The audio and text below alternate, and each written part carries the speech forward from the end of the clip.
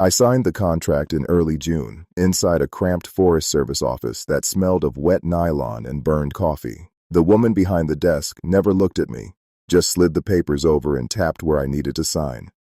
Orientation was at 7 in the morning the next day.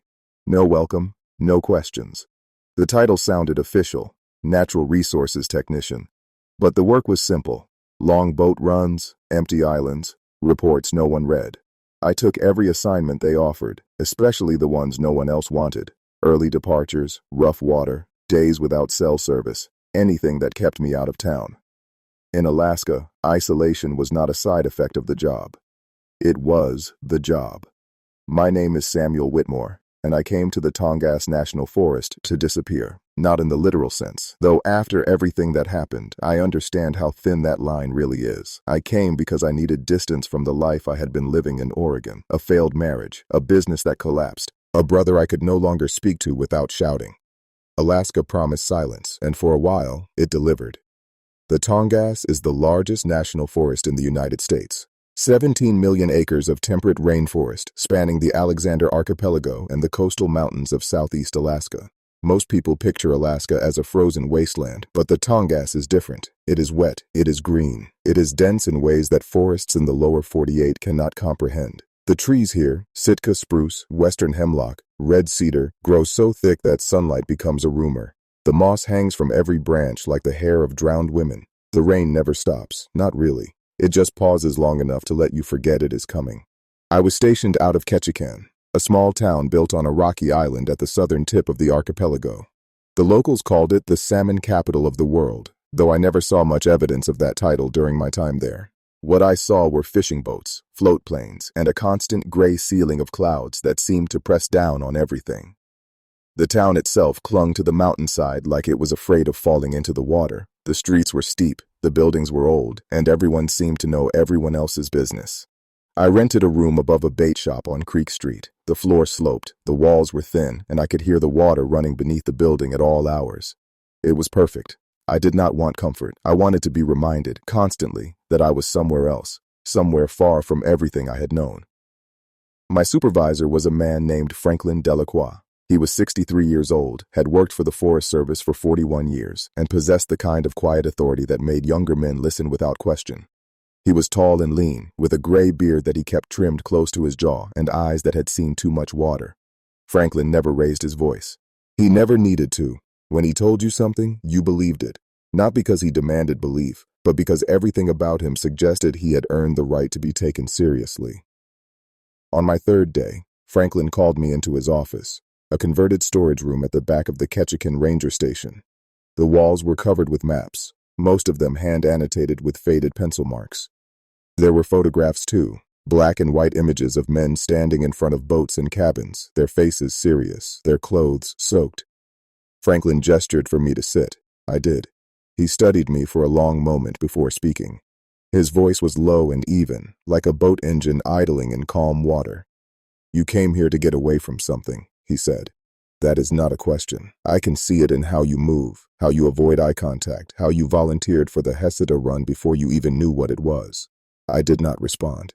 There was nothing to say. Franklin nodded slowly, as if my silence confirmed something he already knew. "That is fine," he said. "Most of the men who work this job are running from something. The forest does not care why you came. It only cares whether you can do the work." He leaned back in his chair and folded his hands across his stomach. "But I need to tell you something, Samuel. Something that is not in the manual. Something that orientation did not cover."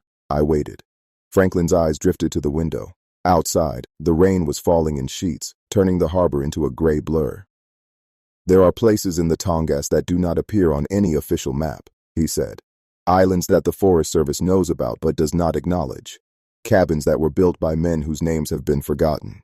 Trails that lead to nowhere, or worse, to somewhere." He paused, letting the words settle. "You will hear stories from the old-timers," he continued. "Stories about people who went into the forest and never came back.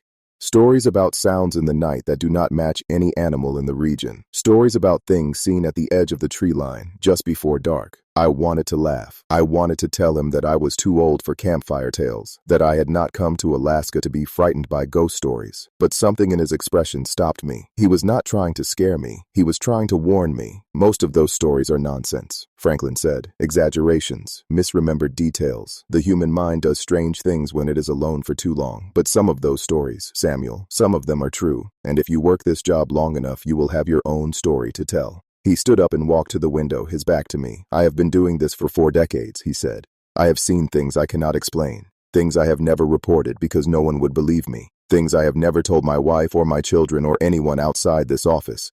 He turned to face me, and for the first time, I saw something in his eyes that I had not expected. Fear. Not the sharp, immediate fear of a man facing danger, but the slow, deep fear of a man who has lived with something terrible for a very long time. The Tongass is not just a forest, Samuel. It is something older. Something that was here before the Tlingit, before the glaciers, before anything that we would recognize as life. And it remembers. It remembers everything. He walked back to his desk and sat down heavily, as if the conversation had drained something from him. I am not telling you this to scare you, he said. I am telling you this because you need to know. Because when you are out there, alone, and something happens that does not make sense, I want you to remember this conversation. I want you to know that you are not crazy, that other men have seen what you will see, and that the best thing you can do when you see it is to leave. Do not investigate. Do not try to understand. Just leave. He opened a drawer and pulled out a thick manila folder, which he slid across the desk toward me. This is your first real assignment, he said. His voice had returned to its normal, business-like tone, as if the previous conversation had never happened. Hesita Island, 3-day survey. You will be checking on one of our remote cabins and documenting any wildlife activity in the area. Simple work. I picked up the folder and opened it. Inside were maps, photographs, and a series of typed reports dating back to the 1970s. The cabin in question was located on the northern shore of Hesita Island, accessible only by boat. The nearest town was Craig, about 20 miles to the east. The reports were routine: weather observations, wildlife sightings, maintenance notes. Nothing unusual. You will leave tomorrow morning at 6, Franklin said. Take the whaler. Pack for 4 days, just in case the weather turns. There is a satellite phone in the cabin, but the reception is unreliable. If you need to reach us, use the radio.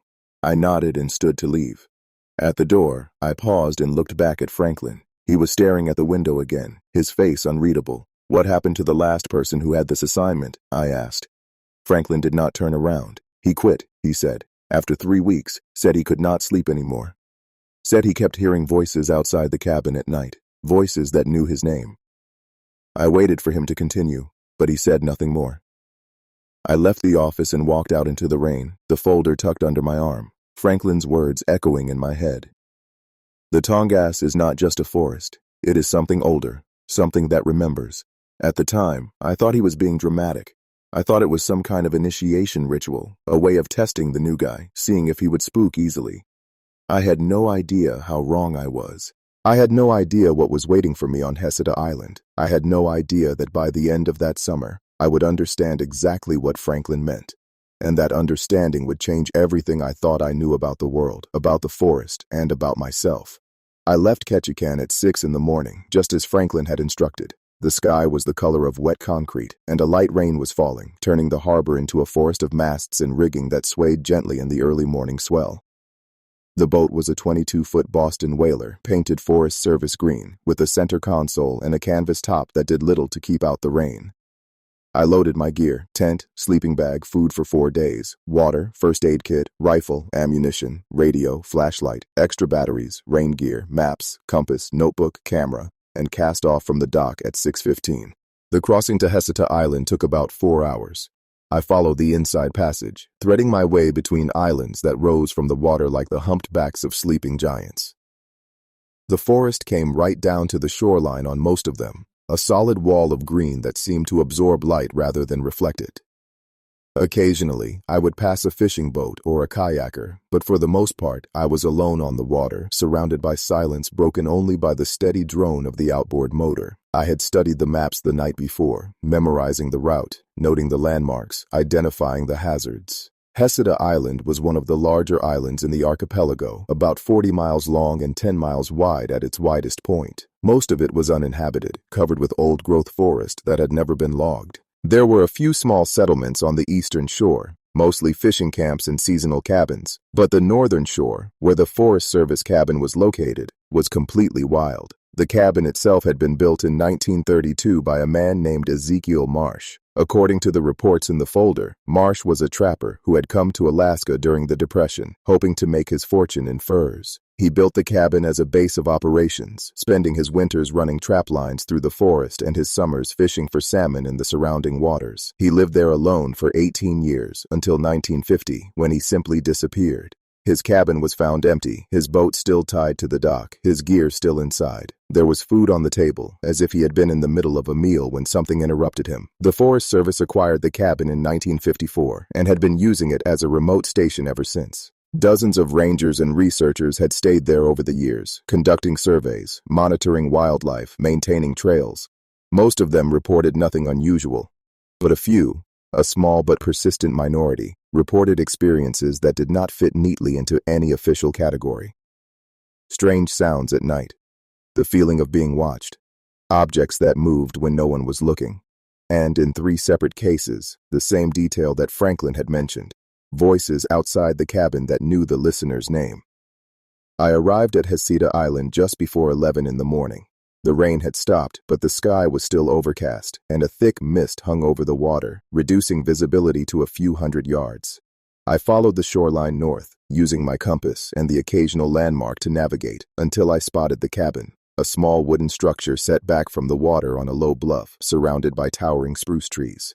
The dock was old but sturdy, built from logs that had weathered to a silvery gray. I tied off the whaler and climbed onto the planks, my boots echoing in the silence. The air smelled of salt and pine and something else, something faintly organic that I could not identify.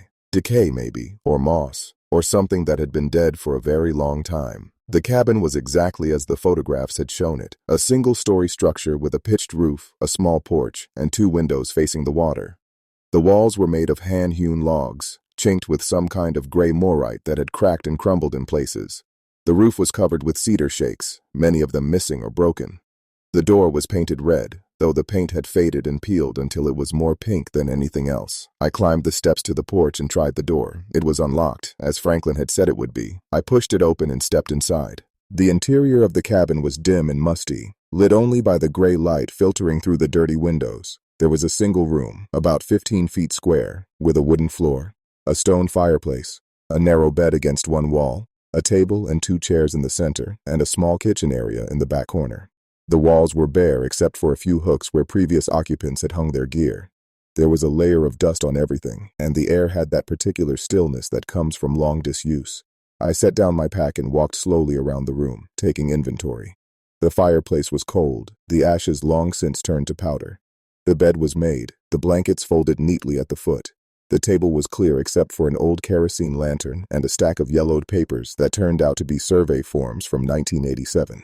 The kitchen had a hand pump for water, a propane stove that looked like it dated from the 50s, and a row of cabinets that contained a few cans of beans, some instant coffee, and a family of mice that fled when I opened the door.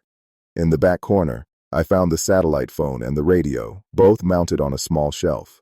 I tested the radio first. It crackled to life, and I was able to raise the Ketchikan station on the second try.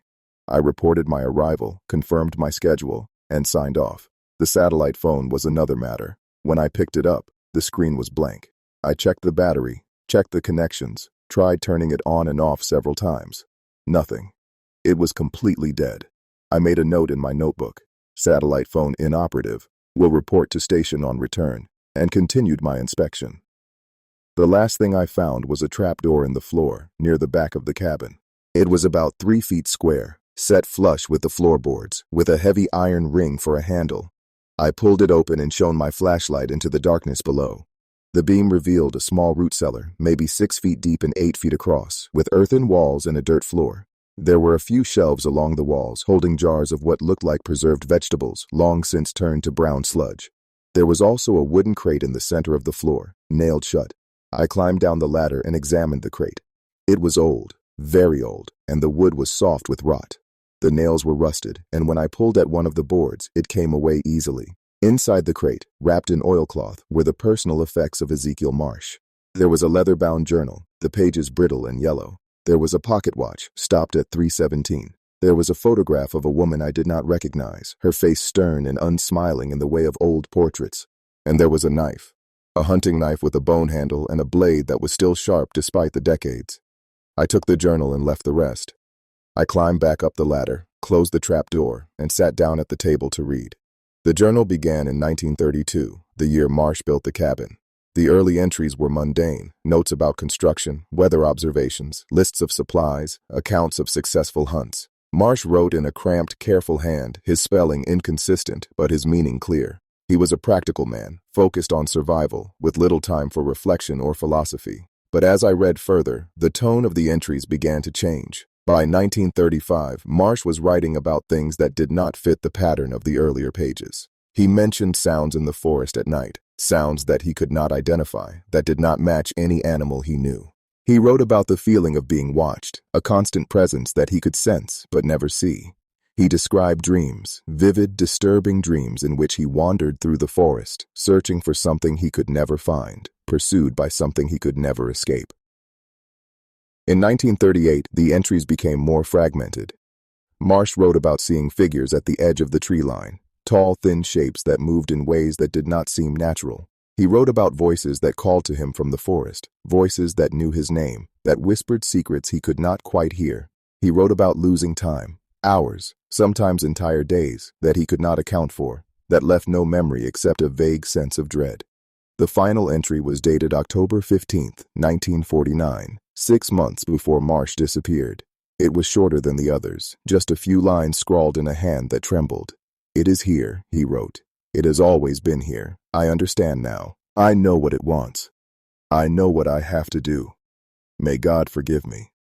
I closed the journal and sat in the silence of the cabin, the weight of those words pressing down on me. Outside, the mist had thickened, and the forest was invisible, swallowed by a gray wall that seemed to press against the windows. The only sound was the soft drip of water from the eaves, steady and rhythmic, like a heartbeat. I told myself that Marsh was crazy, that 18 years alone in the wilderness had broken something in his mind, that the things he described, the sounds, the figures, the voices, were nothing more than the hallucinations of a man who had spent too long without human contact. I told myself that there was a rational explanation for everything. I told myself that I was not afraid. But as I sat there, in that dim and dusty cabin, listening to the silence of the forest, I felt something I had not expected, a sense of recognition. A feeling that I had been here before, in a place just like this, in a moment just like this, waiting for something I could not name. It was not fear exactly. It was more like anticipation, like the forest was watching me, weighing me, deciding what to do, and somewhere, deep in the trees, something was waiting. I spent the rest of the afternoon unpacking my gear and making the cabin habitable. I swept the floors, aired out the blankets, checked the propane stove, and gathered enough firewood to last several days. The work was simple and physical, and it helped to quiet the unease that had settled over me since reading Marsh's journal. By the time I finished, it was late afternoon, and the mist had begun to lift. I walked down to the dock and stood there for a while, watching the water. The surface was calm, almost glassy, reflecting the dark shapes of the trees on the opposite shore. There were no birds, no fish jumping, no sound except the soft lap of water against the pilings. I had never been in a place so quiet. It was not peaceful, it was empty, as if the world had been drained of something essential, leaving only the shell behind. I returned to the cabin as the light began to fade. I cooked a simple dinner, beans, rice, coffee, and ate at the table, the kerosene lantern casting a flickering circle of light around me. The shadows in the corners of the room seemed deeper than they should have been, and I found myself glancing toward the windows more often than was necessary, half expecting to see something looking back. After dinner, I took out my notebook and began writing my report. Wildlife observations, none so far. Weather conditions, overcast. Light rain in the morning, mist in the afternoon, clearing toward evening. Cabin status, habitable but in need of repair. Satellite phone inoperative, radio functional. I was just finishing the last paragraph when I heard it.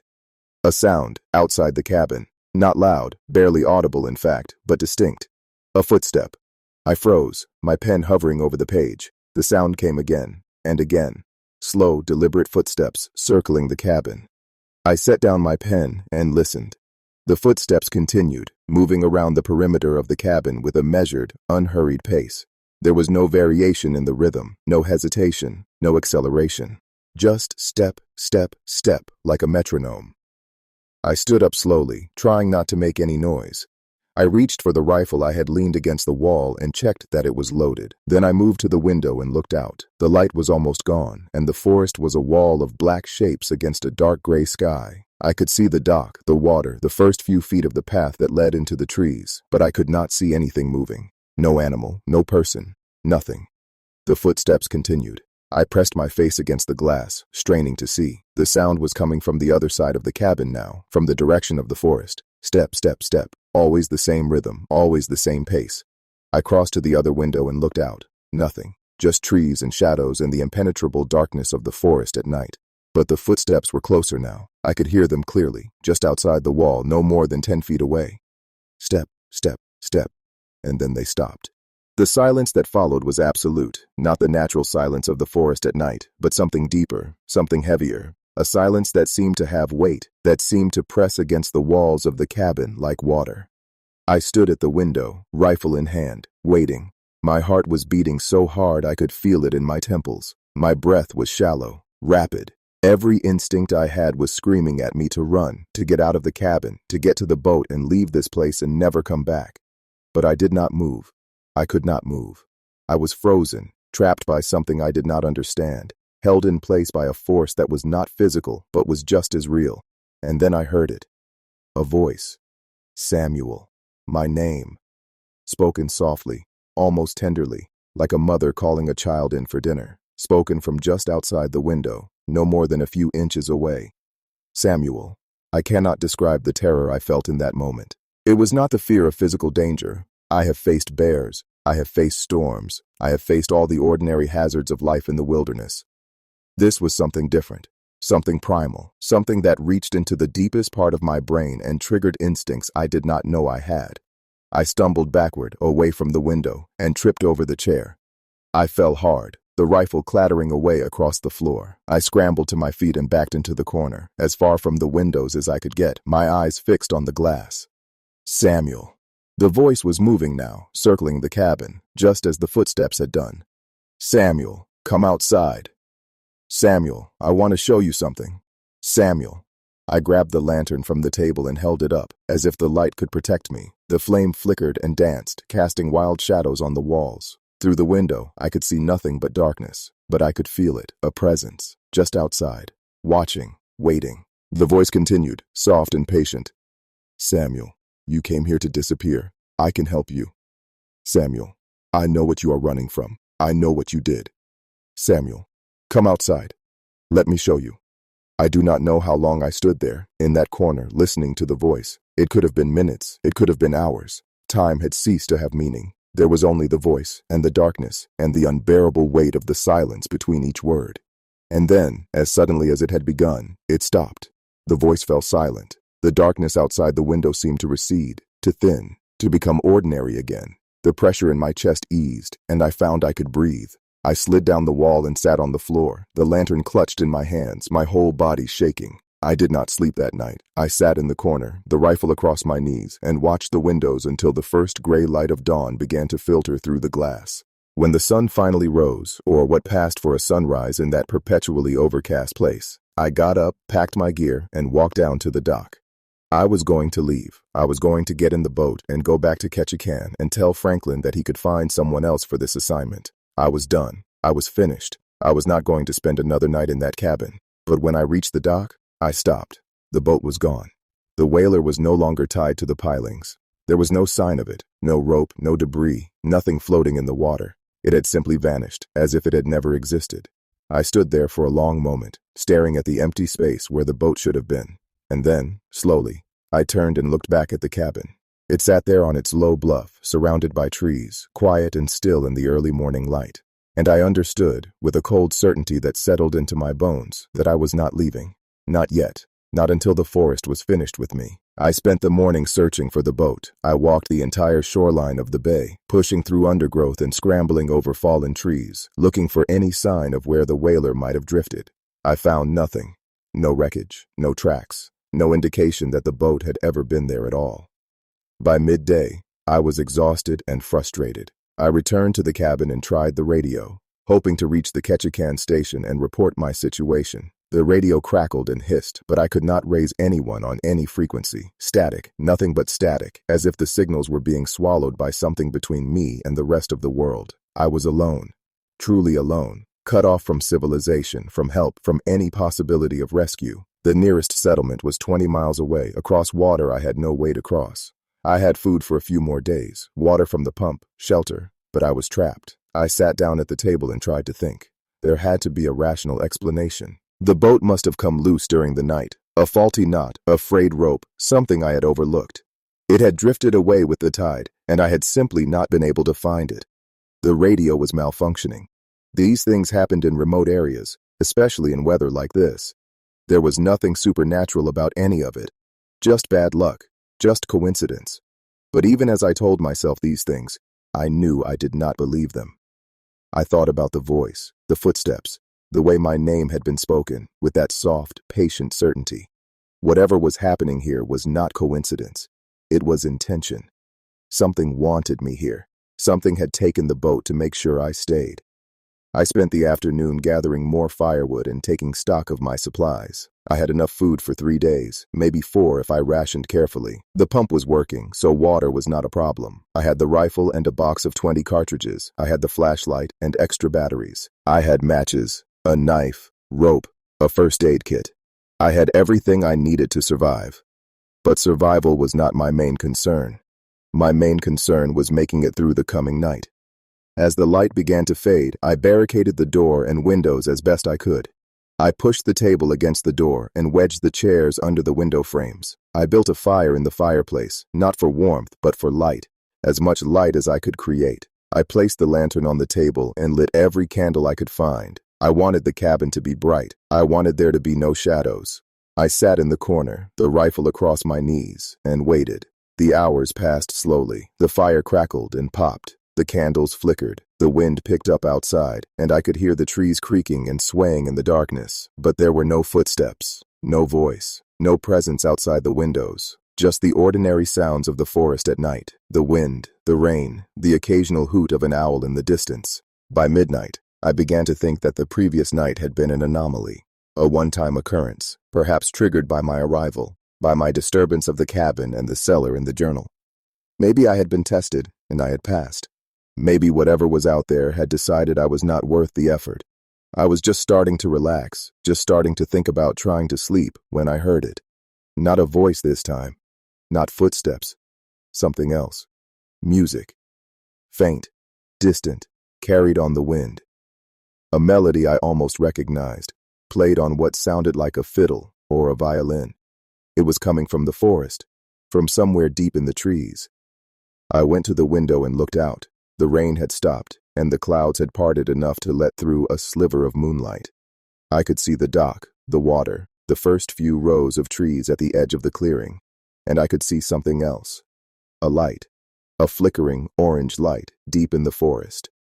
It was moving, weaving between the trees, appearing and disappearing, as if it were being carried by someone walking through the woods. The music continued, growing louder, clearer. I could hear it now. An old tune, something from another era, played with a skill that was both beautiful and deeply unsettling.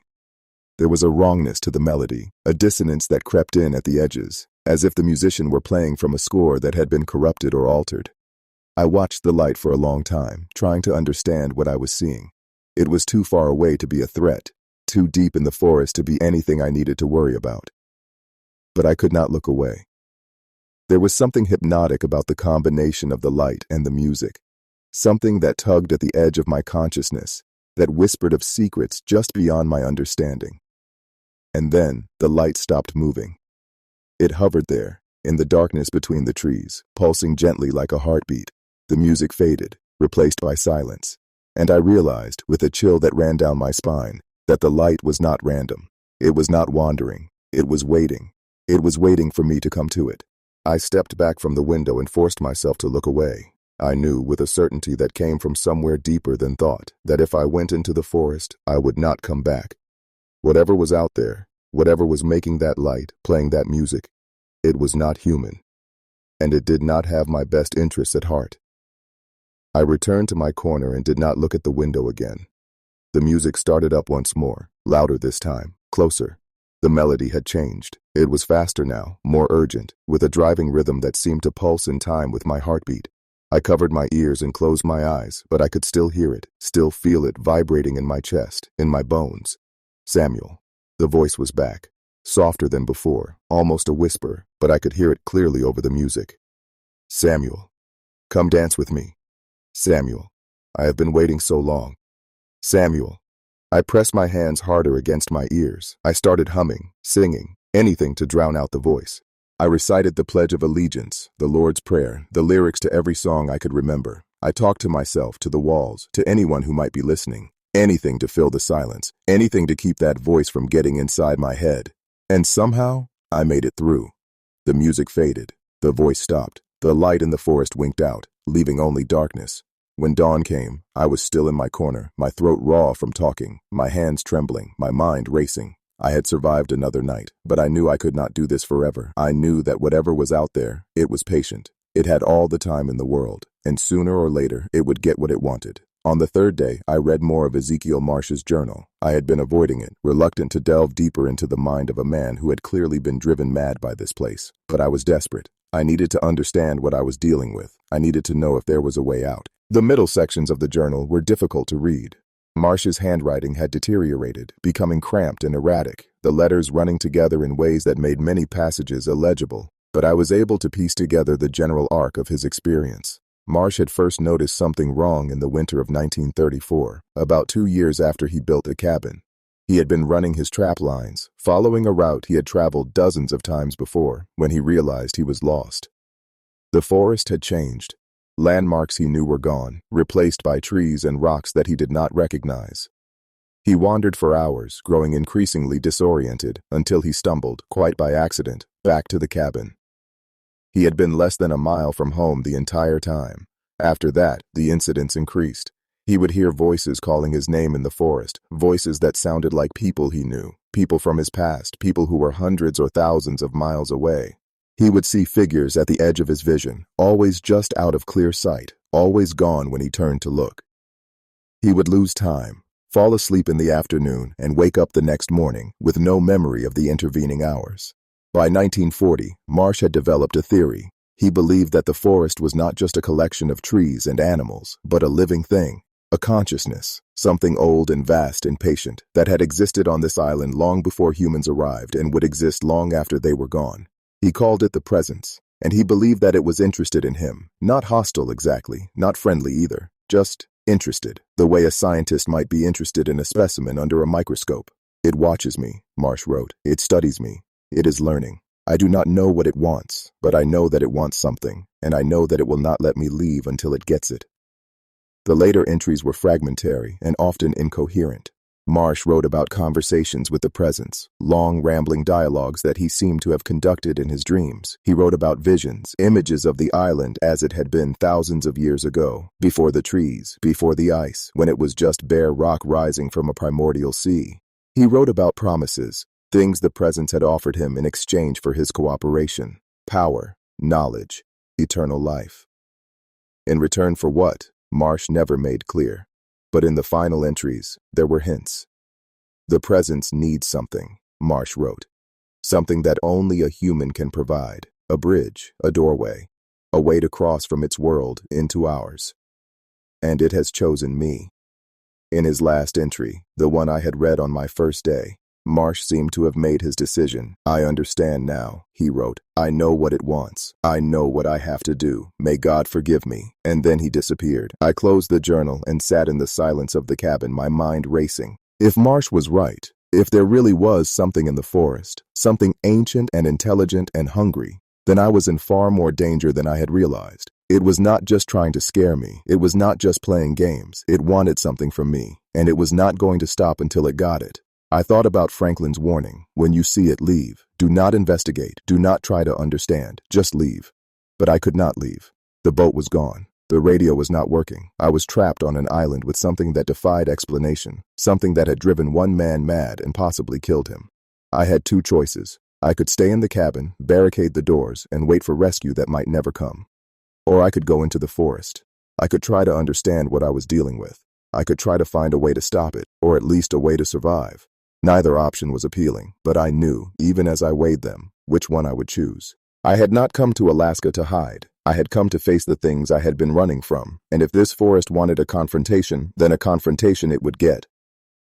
I left the cabin at noon on the third day.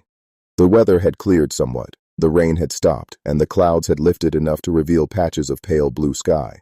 The forest looked almost beautiful in the diffused light, the green of the trees vibrant against the gray of the rocks and the black of the still water. I brought the rifle, the flashlight, the compass, a length of rope, and a small pack with food and water. I also brought Marsh's journal, though I was not sure why. Perhaps I thought it might contain some clue I had missed. Perhaps I just wanted to have something to hold on to, some connection to another human being who had faced what I was facing. The path into the forest started at the edge of the clearing behind the cabin. It was not an official trail, just a faint track worn into the undergrowth by the passage of feet over decades. Marsh's feet, probably, and the feet of others before him. I followed the path for about half a mile, pushing through ferns and ducking under low-hanging branches. The forest was dense here, the trees growing so close together that I could barely see more than a few feet in any direction. The light that filtered through the canopy was green and dim, like light at the bottom of a deep pool. I stopped frequently to check my compass and mark my trail. I did not want to get lost. I did not want to end up wandering in circles, the way Marsh had described. Every few hundred yards, I tied a strip of cloth to a tree branch, leaving a visible trail back to the cabin. After about an hour, the path began to climb. The terrain grew steeper, rockier. The trees thinned out slightly, replaced by dense thickets of devil's club and salmonberry that tore at my clothes and left scratches on my hands. I was sweating despite the cool air, my breath coming in short gasps. And then, without warning, I stepped out of the forest and into a clearing. It was not a natural clearing. The trees had been cut, recently judging by the freshness of the stumps, and arranged in a rough circle about 50 feet across. In the center of the circle was a structure. Not a cabin, not a shelter, something else. It was made of wood and bone and something that looked like dried seaweed, all woven together in an intricate pattern that hurt my eyes to look at. It was about 10 feet tall and vaguely conical, like a tipi or a hut, but the proportions were wrong. The angles did not match. The whole thing seemed to shift and shimmer in the dim light, as if it were not quite solid, not quite real. I approached slowly, the rifle raised. There was no sound except the wind in the trees and the pounding of my heart. The structure had no door, no windows, no obvious opening of any kind.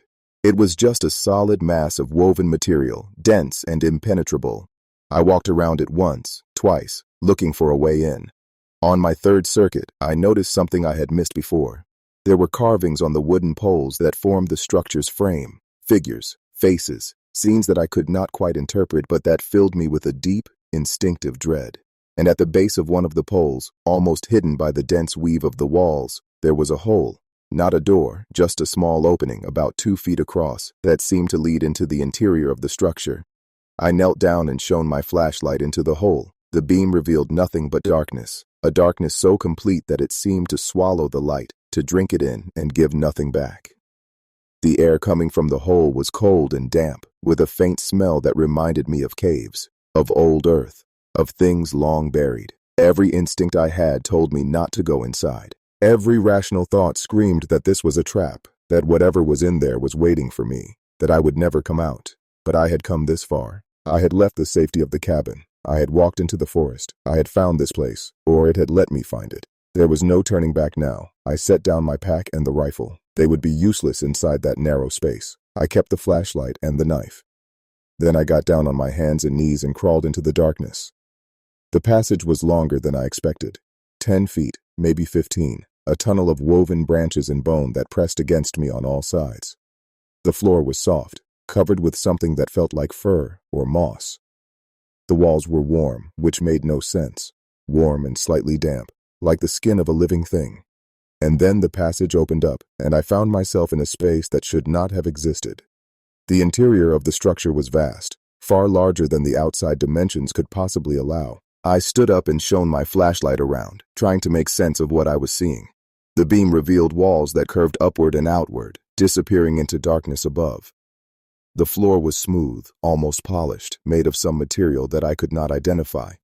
And everywhere, on the walls, on the floor, on structures and objects that I could not name, there were carvings, faces, hundreds of faces, thousands of faces, human faces, etched into every surface, each one unique, each one frozen in an expression that was impossible to read. I walked deeper into the space, my footsteps echoing in the silence. The flashlight beam played across the faces, and I began to recognize some of them. There was a man who looked like my father, who had died when I was 12. There was a woman who looked like my ex-wife, her expression distant and sad. There was my brother, my boss, my neighbors, my friends. Everyone I had ever known, everyone I had ever loved or hated or feared. And in the center of the chamber, carved larger than all the others, there was a face I knew better than any of them. My own face. I stopped and stared at it. It was perfect. Every line, every wrinkle, every scar. It was more than a carving. It was a portrait, a record, a claim. And as I stood there, looking at my own face looking back at me, I heard a sound behind me. Footsteps, slow, deliberate, coming closer. I turned, raising the flashlight, and saw something that my mind refused to process. It was tall, impossibly tall, its head nearly brushing the unseen ceiling. It was thin, its limbs too long, its joints bending in ways that defied anatomy. Its skin was gray and smooth, like wet clay, and it had no face, just a blank expanse where a face should have been. But as I watched, paralyzed with terror, features began to emerge from that blankness. A mouth, eyes, a nose, my mouth, my eyes, my nose. It was wearing my face. Samuel, it said, and its voice was my voice. Welcome home. I do not know how long I stood there, frozen, staring at the thing that wore my face. It could have been seconds. It could have been hours. Time had no meaning in that place. Time was just another lie the world told itself. The thing did not move. It just stood there, watching me with my own eyes, smiling with my own mouth, waiting. Finally, I found my voice. What are you? I asked. The thing tilted its head, my head, in a gesture that was almost human. I am what I have always been, it said. I am the forest. I am the island. I am the memory of every creature that has ever lived here, and every creature that ever will. I am the beginning and the end. I am the thing that waits. Its voice was strange, layered, as if multiple voices were speaking at once, all of them mine. It was deeply unsettling, hearing my own words come from something so alien. You have been watching me, I said, calling my name, taking my boat, trapping me here. Why? The thing smiled, my smile. It was wrong on that face, stretched too wide, held too long. Because you came to me, it said. You signed the contract. You crossed the water. You entered my domain. You are mine now, Samuel. You have always been mine. You just did not know it. I shook my head. I came here for a job, a simple job. Survey the cabin, document the wildlife, that is all. The thing laughed. My laugh, but hollow, echoing in that vast space. You came here to disappear, it said. You said so yourself. You wanted to be forgotten. You wanted to escape from everything you were. And I can give you that, Samuel. I can make you forget. I can unmake you. I can take everything you are, every memory, every regret, every fear, and absorb it into myself. You will become part of me, part of the forest, part of the island, forever. It stepped closer, and I stepped back, my heel hitting the wall behind me. I had nowhere to go. You will not suffer, it said. There is no pain in what I offer, only peace, only silence, only the end of everything that has ever hurt you. Is that not what you wanted? Is that not why you came? I thought about my life. The marriage that had fallen apart, the business that had failed, the brother I had betrayed, all the mistakes, all the regrets, all the things I wished I could undo. The thing was right. Part of me had come to Alaska to disappear. Part of me had been hoping for exactly this, an end, a release, a way to stop running. But another part of me, the part that had survived 37 years in a world that did not owe me anything, that part was not ready to give up. No, I said. The thing stopped.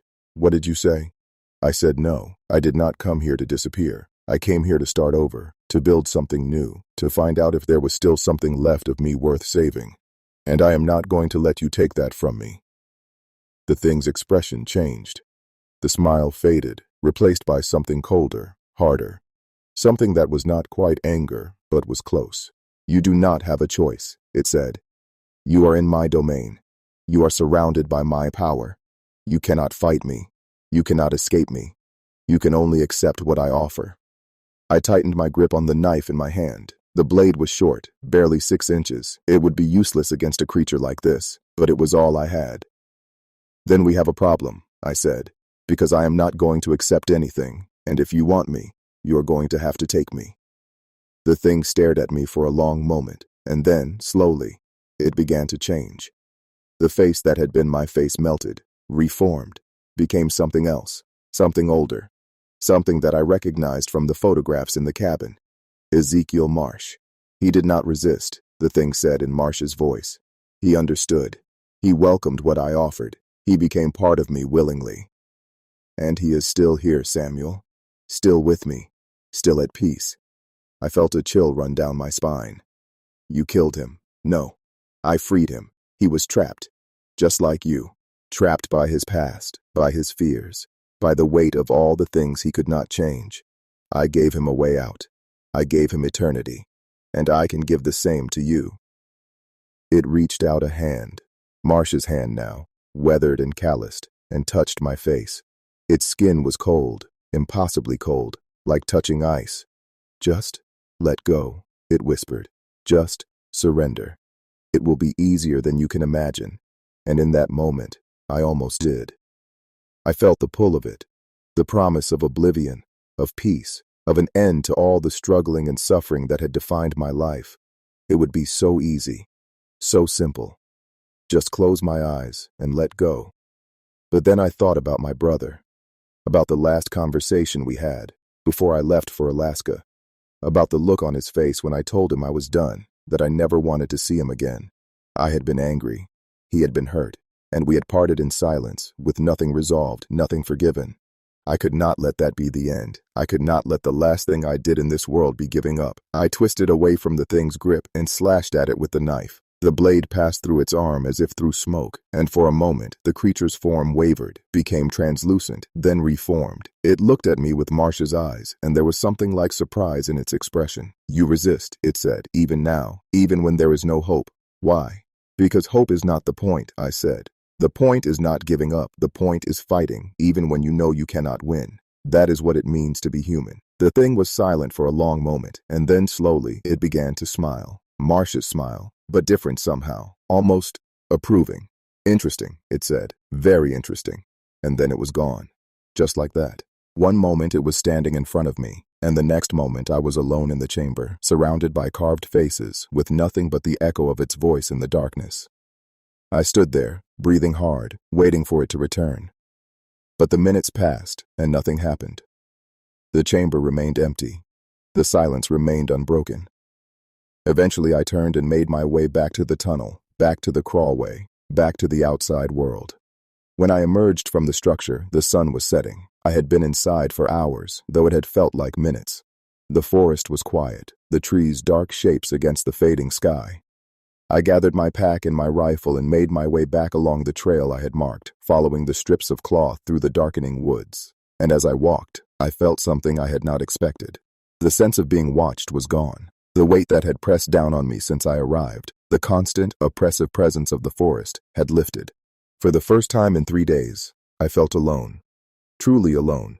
It was, I realized, the greatest gift the thing could have given me. It had let me. I made it back to the cabin as the last light faded from the sky. I was exhausted, emotionally and physically drained, but I felt strangely at peace. Something had changed. I did not understand what or why, but I knew that the worst was over. That night, for the first time since I arrived, I slept. I did not dream. I did not hear voices or footsteps or music in the darkness. I simply closed my eyes and fell into a deep, dreamless sleep that lasted until morning. When I woke, I went down to the dock, half expecting to find it empty. But the whaler was there, tied to the pilings exactly as I had left it on the first day. The rope was intact, the knots secure. It was as if it had never been gone. I tried the radio, and it worked. I raised the Ketchikan station on the first try, reported my status, and requested an early pickup. Franklin himself came out to get me, piloting a larger boat through the early morning mist. He did not ask many questions. He just looked at me with those eyes that had seen too much and nodded slowly, as if he understood. On the ride back to Ketchikan, I told him what had happened. Not everything. Some of it I still could not put into words, but enough. The voices, the footsteps, the structure in the forest, the thing that wore my face. Franklin listened in silence, his hand steady on the wheel. When I finished, he was quiet for a long moment. Then he said something that I have never forgotten. "It let you go," he said. "That does not happen often. Most people who go as deep as you did, they do not come back. Or they come back different, changed, empty. You are lucky, Samuel, or blessed, or maybe you are just too stubborn to give up." I asked him what he thought the thing was, what it really was. He shrugged. "I do not know," he said, "and I have stopped trying to find out. The Tongass has been here for thousands of years, longer maybe. It has seen civilizations rise and fall. It has swallowed entire peoples without a trace.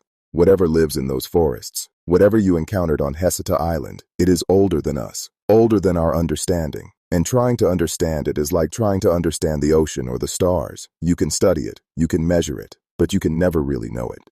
He looked at me, and there was something like compassion in his eyes. "The best thing you can do," he said, "is accept that some mysteries are not meant to be solved. Some questions are not meant to be answered, and some places are not meant to be understood." He turned back to the wheel. "Just be grateful, Samuel. Be grateful that you made it out, and do not go back." I nodded. I understood. I never went back to Hesita Island. I finished my contract with the Forest Service, but I requested different assignments, always on the mainland, always in areas that had been thoroughly mapped and documented. I never again ventured into the unexplored corners of the Tongass, and I never again heard voices calling my name in the night. But I still think about that place. I still dream about it sometimes. The chamber under the earth, the carved faces, the thing that wore my face and spoke with my voice. And I wonder if it is still there, waiting. I wonder if it thinks about me too. I did not leave Alaska immediately after the Hesita assignment. Despite everything that had happened, I found that I was not ready to return to the lower 48. The life I had left behind was still there, waiting. The debts, the failures, the broken relationships. I was not ready to face them yet. So I stayed in Ketchikan, working smaller assignments, keeping my head down, trying to make sense of what I had experienced.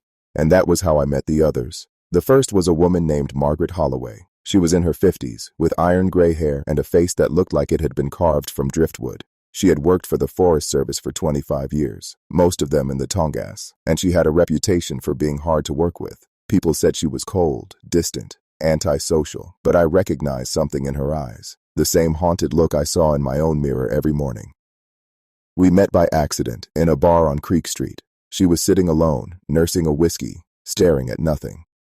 I sat down next to her and ordered a beer. We did not speak for a long time. Finally, without looking at me, she said something that made my blood run cold. "You have been to one of the places," she said. "I can tell. The way you hold yourself, the way you flinch when someone says your name. You have seen things you cannot explain." I turned to look at her. She was still staring straight ahead, her expression unreadable. "How do you know?" I asked. "Because I have been there too," she said, "more than once, and it changes you. It leaves a mark that never quite fades." She took a sip of her whiskey. "Mine was on an island called Coronation," she said. "I was doing a salmon survey in the summer of '92. 3 weeks alone, in a cabin that had been abandoned for decades.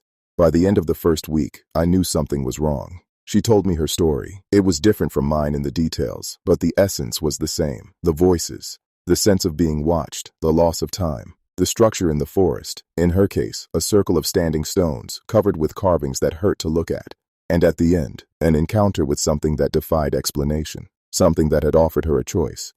"I chose to stay," she said, "just like you did, and it let me go, just like it let you go. But not everyone is so lucky, Samuel. Not everyone makes it out." She finished her whiskey and set the glass down on the bar.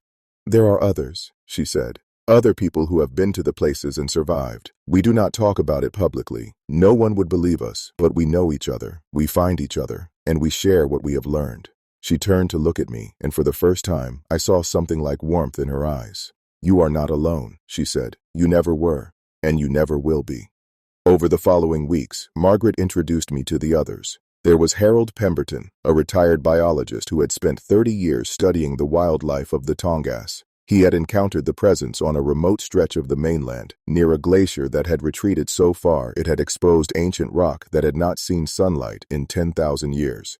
There was Dorothy Chen, a pilot who had been flying supplies to remote cabins when her plane went down on an island that was not on any map. She had spent 3 days in the forest before being rescued, and she had never flown again.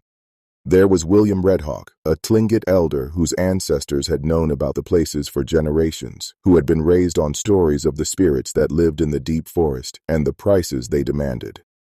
Each of them had their own story, their own encounter, their own scars. But they all shared the same fundamental experience. They had all been chosen by something in the forest. They had all been tested, and they had all survived. We began meeting regularly in a back room at the bar on Creek Street. We shared our stories, compared our experiences, tried to piece together some understanding of what we had faced. We called ourselves the survivors, though we never used that name in public. And slowly, over months of conversation and research, we began to develop a theory. The places, the islands, the caves, the clearings in the forest where the presence was strongest, were not random. They followed a pattern. They were clustered around certain geographic features, ancient volcanic formations, areas of unusual magnetic activity, sites that had been sacred to the Tlingit and other indigenous peoples for thousands of years, and they were connected, not physically, but in some other way that we could not quite define, as if they were all part of a single network, a web of power that spanned the entire archipelago. Harold called it a mycelium. Like the underground network of a fungus, connecting individual mushrooms that appeared to be separate organisms, but were actually parts of a single vast entity. The places were the fruiting bodies, the visible manifestations of something much larger, something that lived beneath the surface of the forest, beneath the surface of reality itself. It was a compelling theory, but it raised more questions than it answered. What was the entity? Where did it come from? What did it want? And why did it let some people go while others disappeared forever? We did not find answers. But we found something else, something almost as valuable. We found community. We found people who understood, who believed, who did not think we were crazy. And that, in the end, was enough. I stayed in Ketchikan for 3 more years after the Hasita incident. I continued working for the Forest Service, continued meeting with the survivors, continued trying to understand the thing that had changed my life. And then, in the spring of my 4th year, something happened that forced me to leave. Dorothy Chen disappeared. She had been doing better recently. The nightmares that had plagued her since her crash had started to fade. She had even talked about flying again, about overcoming the fear that had grounded her for so long. We thought she was healing. We were wrong. The night she disappeared, she left a note at the bar. It was addressed to all of us, but the message was simple. "It is calling me," she wrote. "I have to go back. I am sorry." We searched for her, of course. The Coast Guard, the Forest Service, the state troopers, everyone searched. They found her car at a trailhead on the mainland, near the site of her crash. They found her footprints leading into the forest. And then they found nothing. Dorothy was gone. Just like Ezekiel Marsh. Just like all the others who had ventured into the places and never returned. Her disappearance hit me hard. I had thought we were safe. I had thought that surviving the encounter meant we were protected somehow, that the presence had let us go and would not call us back. But Dorothy's note suggested otherwise. The calling never stopped. It just waited. And sooner or later, it would find a moment of weakness, a crack in the armor, and it would pull us back. I realized then that I could not stay in Alaska. Not because I was afraid, though I was, desperately afraid, but because I knew that the longer I stayed, the more likely I was to hear the calling too.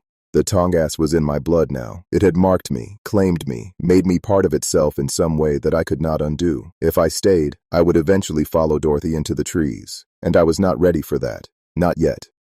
I left Ketchikan at the end of that summer.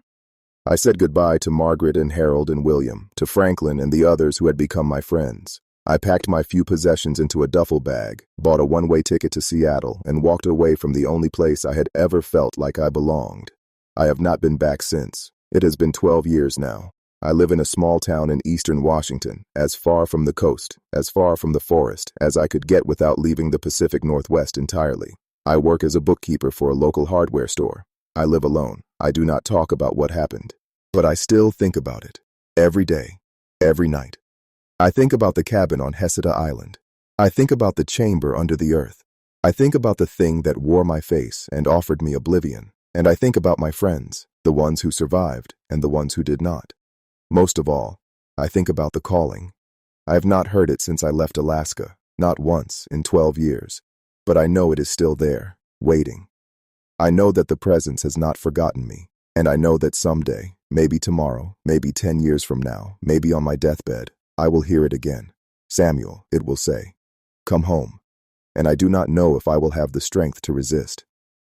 Last month, I received a letter from an attorney in Ketchikan. Franklin Delacroix had passed away, peacefully, in his sleep, at the age of 75. He had named me in his will. The inheritance was modest, a few $1,000s, some personal effects, a box of old photographs. But there was one item that caught my attention, a key. The attorney explained that Franklin had owned a small piece of property on the outskirts of town, a cabin, really, that he had built himself in the 70s. He had never used it, the attorney said. He had just held on to it all those years, waiting for the right person to give it to. Apparently, I was that person. I did not know what to think.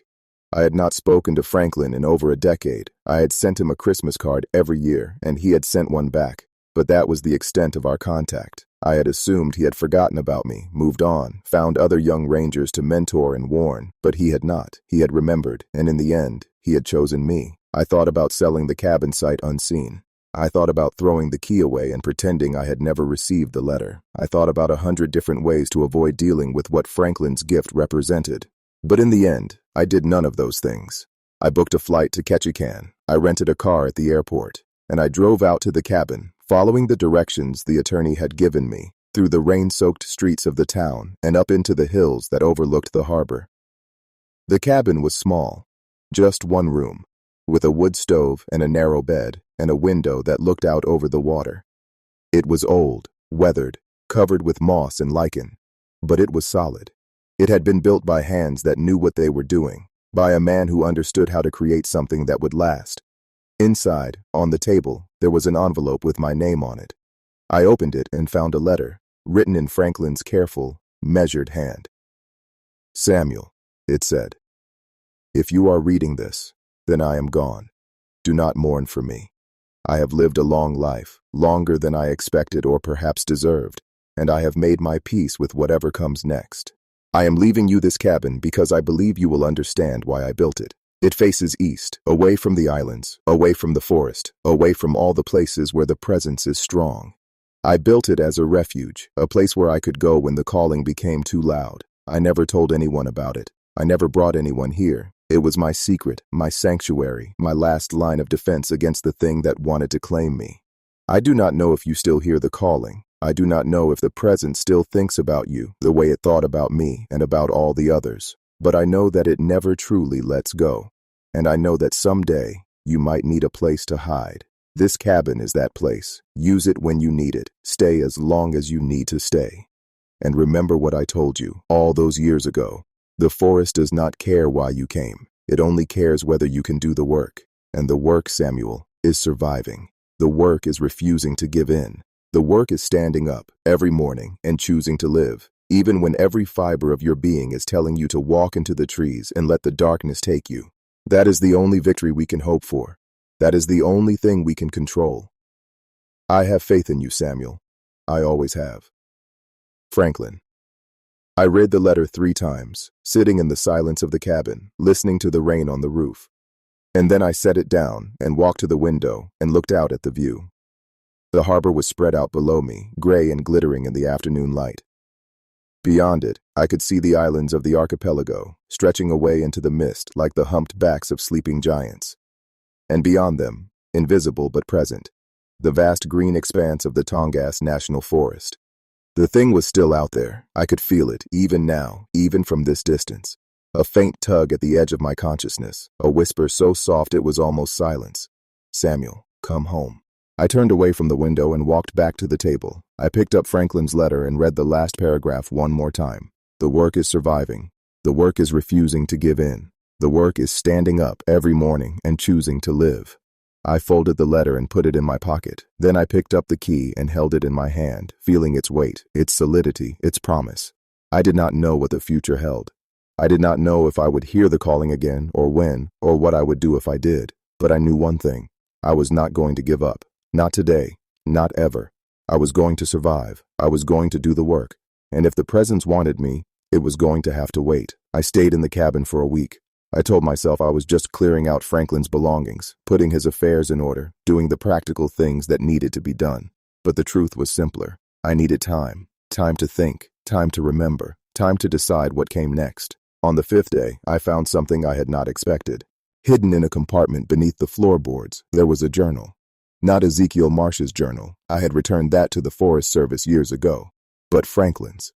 It was thick, leather-bound, filled with decades of careful handwriting.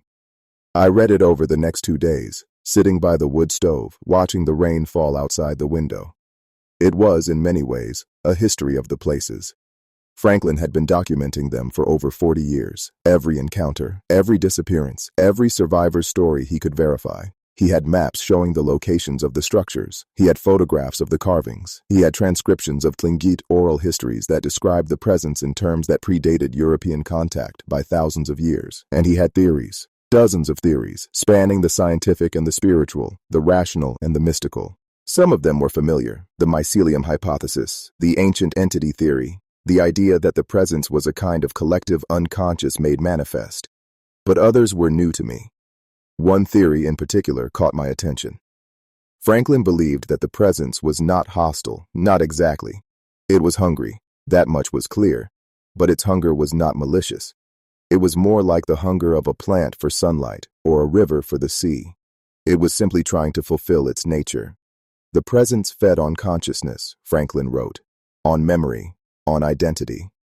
It absorbed the minds of those who came to it, not to destroy them, but to incorporate them, to add their experiences to its own, to grow. And the people it absorbed, they were not dead. Not exactly. They were still there, somewhere inside the presence, preserved like insects in amber, still thinking, still remembering, still aware. They had simply become part of something larger. Franklin did not know if this was a good thing or a bad thing. He did not know if the absorbed minds experienced peace or torment, freedom or imprisonment. But he believed, based on his own encounters, based on the testimonies of survivors, based on the strange sense of recognition that sometimes came to him in dreams, that they were not lost, that they were, in some sense, still there, waiting. This theory changed everything. If Franklin was right, then the presence was not an enemy. It was not evil. It was simply different, so different that human categories like good and evil, life and death, did not apply. And the choice it offered, the choice between absorption and survival, was not a choice between existence and oblivion. It was a choice between 2 different kinds of existence, 2 different ways of being. I put down the journal and sat in silence for a long time. I thought about Ezekiel Marsh, who had accepted the presence's offer and walked into the forest, never to return. I thought about Dorothy Chen, who had resisted for years, but had finally heard the calling she could not ignore. I thought about all the others, the ones who had disappeared, the ones who had survived, the ones who were still out there, still fighting, still choosing to live. And I thought about myself, about the choice I had made, all those years ago, in the chamber beneath the earth, about the thing that had worn my face and offered me oblivion, about the calling that still whispered at the edge of my hearing, soft and patient and eternal. You came here to disappear, it had said. I can help you. I had refused. I had chosen to survive. But now, reading Franklin's journal, I wondered if I had understood the choice I was making. If I had known what the presence really was, not an enemy, but a kind of ecosystem, a collective consciousness that absorbed and preserved everything it touched, would I have made the same decision? Would I have fought so hard to remain myself, to remain separate, to remain alone? I did not know. I still do not know. But I know this: the choice was mine to make. And that is what matters, not the outcome, not the consequences, just the fact that I had a choice, and I made it, and I have lived with it ever since. I left Ketchikan on a Sunday morning 3 weeks after I had arrived. The rain had finally stopped, and the sky was clear for the first time since I had landed. The island sparkled in the early light, green and gold and impossibly beautiful. I drove to the airport slowly, taking the long way, savoring the view. I had decided to keep the cabin. I did not know when I would use it or if I would ever come back. But it felt important to have it, a refuge, a sanctuary, a place to run to when the calling became too loud. At the airport, I parked the rental car and walked to the terminal. I was early. My flight did not leave for another 2 hours, so I sat by the window and watched the planes take off, one after another, rising into the sky and disappearing into the distance. And as I sat there, I thought about everything that had happened: the contract, the crossing, the cabin, the chamber, the choice. I thought about Franklin and Margaret and Harold and Dorothy and all the others. I thought about the presents, whatever it was, wherever it had come from. And I thought about myself, about the man I had been before Alaska, and the man I had become since. I was not the same person. That much was obvious. The experiences I had had, the things I had seen, the choices I had made, they had changed me in ways I was still trying to understand. But I was still here, still breathing, still choosing every day to get up and face the world and do the work of living. That had to count for something. The boarding call came, and I stood and gathered my bag. I walked down the jetway and found my seat and buckled in. The plane taxied to the runway and paused, engines roaring, and then we were moving, faster and faster, until the wheels left the ground and we were airborne, climbing into the clear blue sky. I looked out the window and watched Ketchikan fall away below me, the town, the harbor, the islands, the forest, all of it shrinking, receding, becoming small and distant and finally invisible. And somewhere down there, hidden in the green shadows of the Tongass, the presence was watching. I could feel it. A faint tug at the edge of my consciousness, a whisper so soft it was almost silence. Samuel.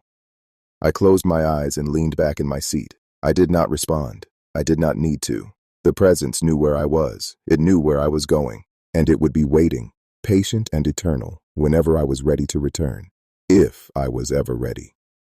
The plane leveled off, and the flight attendant came by with drinks. I ordered a coffee and a water and sat in silence, watching the clouds drift past outside the window, and I thought about what Franklin had written in the last line of his journal. The work is surviving. The work is refusing to give in. The work is standing up every morning and choosing to live. I took a sip of my coffee and smiled. The work continues, I thought, and I am not done yet. That was 2 years ago. I am back in Washington now, back in my small town, back in my quiet life. I still work at the hardware store. I still live alone. I still do not talk about what happened. But something has changed. I am no longer afraid. Not of the presence, not of the calling, not of anything. I have stared into the abyss, as the old saying goes, and the abyss stared back, and I survived. That does not make me special. It does not make me a hero. It just makes me someone who has seen what is out there, in the dark places of the world, and has chosen to keep living anyway. That is all any of us can do, really. Make our choices, live with the consequences, and hope that when the darkness comes, as it always does sooner or later, we will have the strength to face it. I do not know what the future holds. I do not know if I will ever hear the calling again, or if I will have the strength to resist if I do. But I know one thing. I am grateful. Grateful for the years I have had. Grateful for the experiences, even the terrible ones. Grateful for the people who helped me along the way. Franklin, Margaret, Harold, William, Dorothy, and all the others. And grateful, most of all, for the chance to tell this story. To put it down in words. To share it with anyone who might be listening. Because that is the other thing I have learned in all my years of running and hiding and surviving. The darkness is real. The presence is real.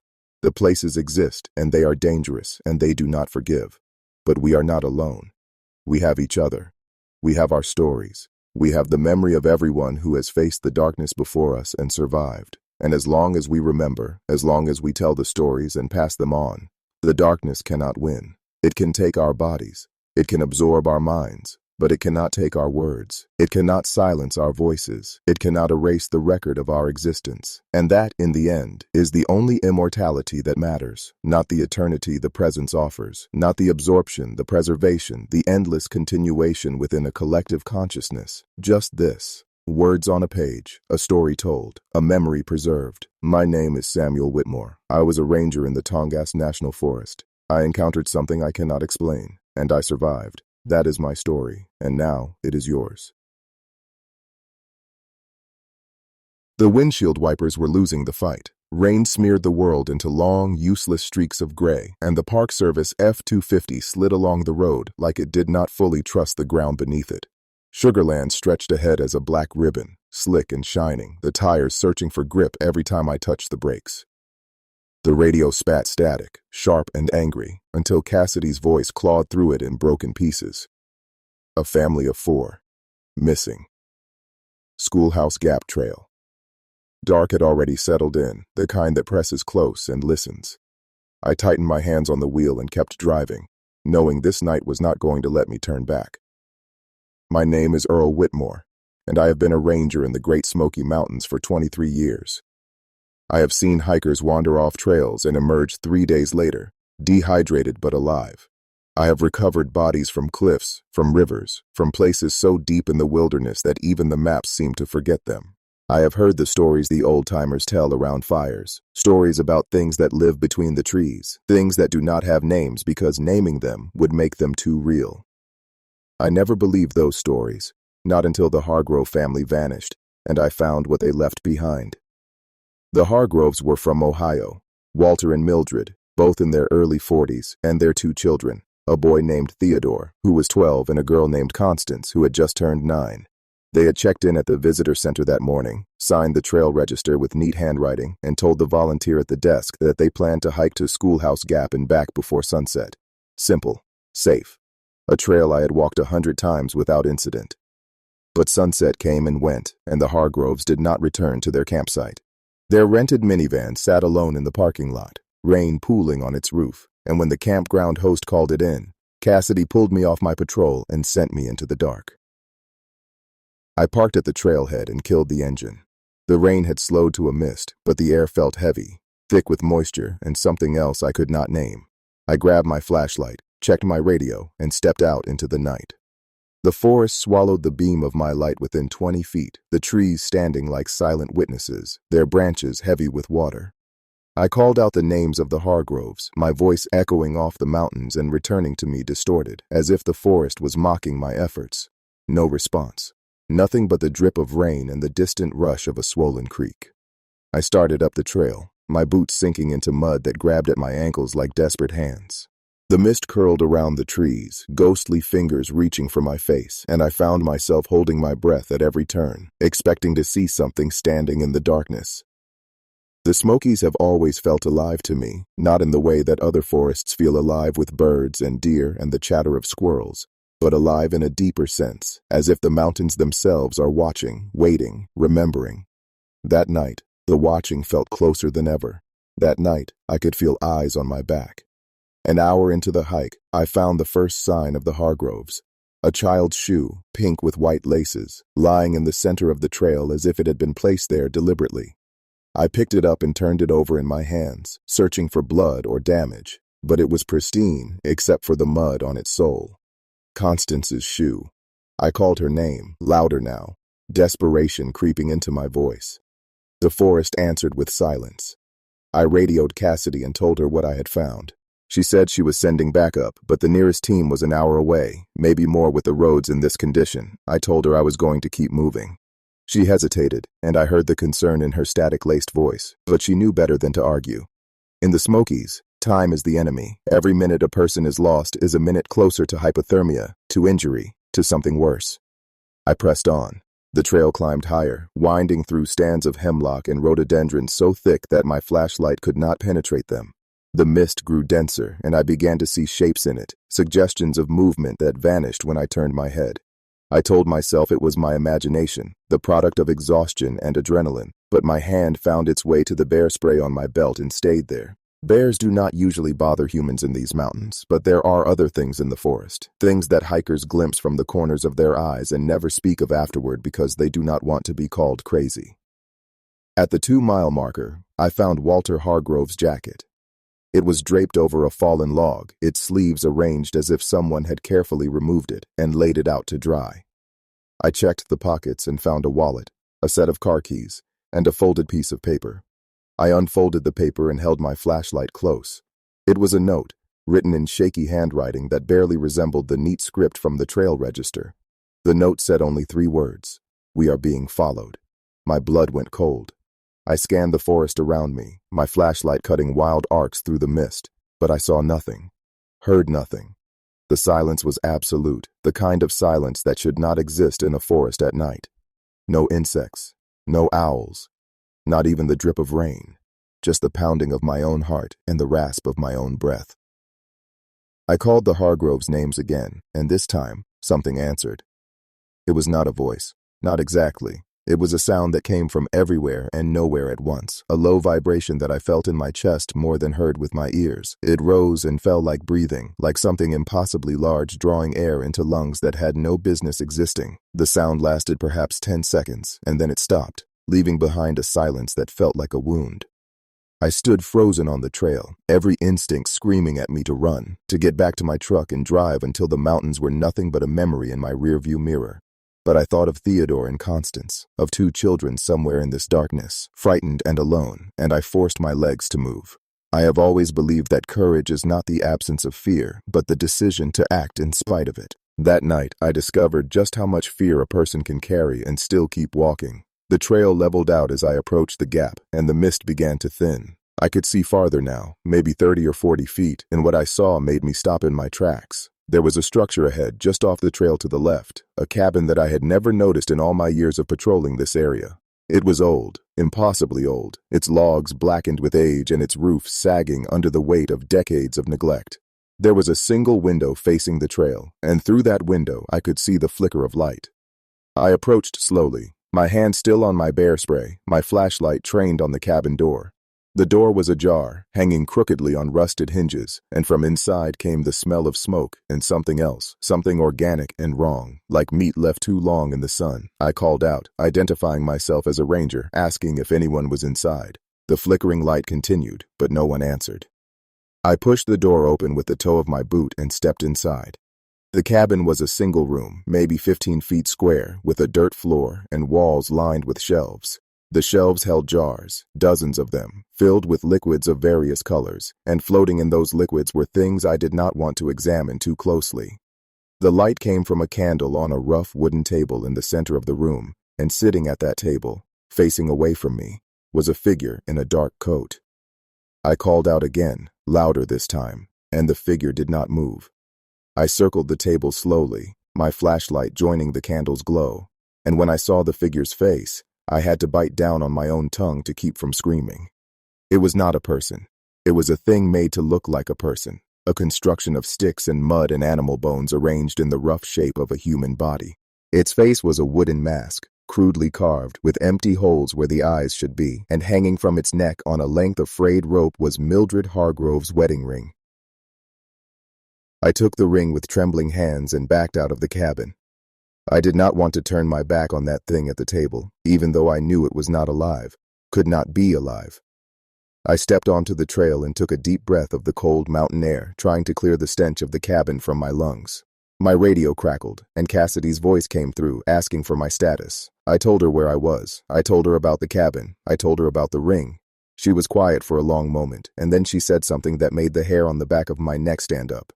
She said there was no cabin on Schoolhouse Gap Trail. There had never been a cabin on Schoolhouse Gap Trail. I turned around, my flashlight raised, ready to prove her wrong. But the cabin was gone. Where it had stood, there was only a clearing, a patch of bare earth surrounded by rhododendrons, as if nothing had ever been built there. I walked to the center of the clearing and looked down. The ground was undisturbed, covered with a carpet of dead leaves and fallen branches. No foundation, no stones. No sign that any structure had ever existed in that spot. But in my hand, I still held Mildred Hargrove's wedding ring, the inscription on its inside band catching the light of my flashlight, M&W Forever, 1987. I do not remember the hike back to the trailhead. I have fragments, images of trees and mist and my own boots moving through mud, but the journey itself is a blank spot in my memory, as if my mind decided that some things are better left unremembered. I reached my truck just as the backup team arrived, 3 rangers from the Cades Cove station who had driven through the night to help with the search. I showed them the shoe and the jacket and the ring. I told them about the cabin that had vanished. They exchanged looks that I recognized, the looks that people give when they think someone has lost their grip on reality, but are too polite to say so. We searched through the night and into the morning. We brought in dogs and helicopters and volunteers from Gatlinburg. We covered every inch of Schoolhouse Gap Trail and the surrounding wilderness, an area of nearly 10 square miles, looking for any trace of the Hargrove family. We found nothing, no bodies, no more clothing, no sign that 4 human beings had ever walked into those woods. The Hargroves had vanished as completely as the cabin, swallowed by the forest, as if they had never existed.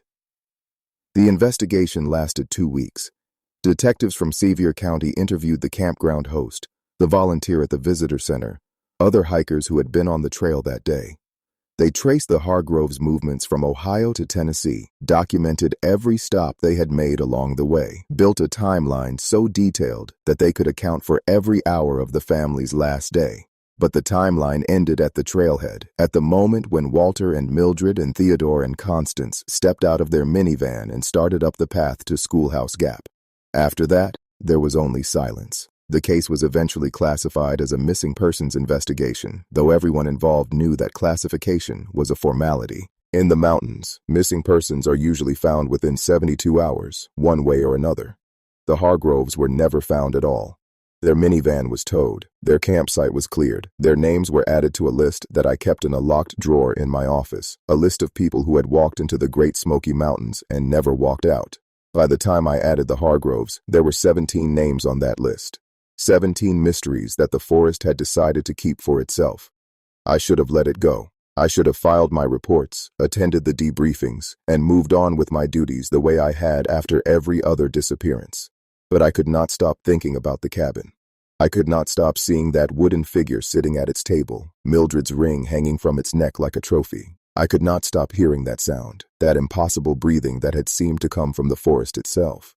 Something was out there, something that did not belong in any natural order, and it had taken a family of 4 as easily as a hawk takes a mouse. I started doing research. I dug through the archives at the park headquarters, reading reports that went back to the founding of the park in 1934. I visited the library in Gatlinburg and requested old newspapers from the surrounding counties. I talked to retired rangers, to historians, to Cherokee elders who still remembered the stories their grandparents had told them about the mountains. And slowly, piece by piece, I began to assemble a picture of something that had been hiding in plain sight for longer than anyone wanted to admit. The disappearances had been happening for generations. In 1952, a honeymooning couple from Nashville had vanished near the Alum Cave Bluffs. In 1968, a group of Boy Scouts had gone missing during a camping trip to Clingman's Dome. In 1979, a solo hiker named Clarence Whitfield had walked into the Cataloochee Valley and was never seen again. The stories went on, stretching back further than the park itself, back to the days when the mountains were home to small farming communities and logging camps.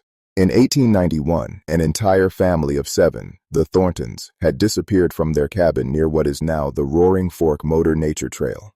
Their cabin was found intact, their dinner still on the table, their livestock still in the barn. But the Thorntons themselves were gone, leaving behind only a single piece of evidence. A wooden figure, made of sticks and mud and animal bones, sitting in a chair by the fireplace. I found a photograph of that figure in a dusty folder at the Sevier County Historical Society. The photograph was faded and cracked, but the image was clear enough to make my blood run cold. The figure was identical to the one I had seen in the vanishing cabin on Schoolhouse Gap Trail. The same rough construction, the same wooden mask with its empty eye holes, the same posture of terrible patience, as if it was waiting for something that had not yet arrived. The photograph had been taken in 1891, more than a century before the Hargrove family walked into the forest, and yet the figure in the photograph could have been a twin of the one I had encountered. I showed the photograph to my supervisor, a man named Harold Jennings, who had been with the Park Service for nearly 40 years. Harold looked at the picture for a long time without speaking, and when he finally raised his eyes to meet mine, I saw something in them that I had never seen before. I saw fear. He told me to stop digging. He told me that some questions do not have answers, or at least not answers that anyone should want to find. He told me about a ranger named Ezekiel Post who had worked in the Smokies back in the 1970s, a man who had become obsessed with the disappearances and had spent years trying to find the truth. Ezekiel had eventually found something, Harold said, something that had changed him. He had resigned from the Park Service in 1978 and moved to a cabin in the mountains of North Carolina, where he lived as a hermit until his death in 1996. In the 18 years between his resignation and his death, Ezekiel Post never once set foot in the Great Smoky Mountains. He told people that the mountains had shown him something, and that something had been looking back. I asked Harold if he knew what Ezekiel had found. Harold shook his head and said that Ezekiel had refused to talk about it, had become agitated and paranoid whenever anyone mentioned the Smokies in his presence. The only clue he had ever given was a phrase he repeated over and over in his final years, a phrase that his caretakers had recorded in their notes. The hollow ones are waiting. I left Harold's office that afternoon with more questions than I had started with, but also with a destination. Ezekiel Post's cabin was still standing, according to county records, and his estate had never been settled. His few belongings were still inside, untouched for nearly 3 decades, preserved by isolation and the dry mountain air. If Ezekiel had found something in the Smokies, there might be evidence of it in that cabin, notes or photographs or artifacts that could help me understand what I was dealing with. I told Cassidy I was taking a week of personal leave. I packed a bag, loaded my truck, and drove east toward the mountains of North Carolina. The road to Ezekiel Post's cabin was barely a road at all. It was a dirt track that wound up the side of a mountain, overgrown with weeds and blocked in places by fallen branches. My truck's suspension groaned as I navigated the ruts and holes, and more than once I had to get out and move debris by hand just to continue forward. The forest here was different from the Smokies, darker and denser, the trees pressing so close together that their branches formed a canopy that blocked out the sky. It felt like driving into a tunnel with no end, a passage from one world into another. The cabin appeared without warning, a small structure of weathered gray wood perched on a ledge overlooking a valley so deep and shadowed that I could not see its bottom. The windows were dark, the door was closed, and the whole place had an air of abandonment that went beyond mere disuse. It felt as if the cabin had been waiting, patient and silent, for someone to finally arrive. I parked my truck and sat for a moment, gathering my courage. Then I got out and walked up the overgrown path to the door. The door was not locked. It swung open at my touch, revealing a single room filled with shadows and dust. I turned on my flashlight and stepped inside. The cabin was small, maybe 10 feet by 12, with a wood stove in one corner and a narrow bed in another. The walls were lined with shelves, and the shelves were lined with books, hundreds of them, their spines cracked and faded with age. There was a desk beneath the single window, and on that desk, I found what I was looking for. Ezekiel Post had left behind a journal. It was a thick volume bound in leather, its pages filled with handwriting that grew progressively more erratic as I turned from one entry to the next. The journal covered the years from 1971 to 1978, the period when Ezekiel had been actively investigating the disappearances in the Smokies.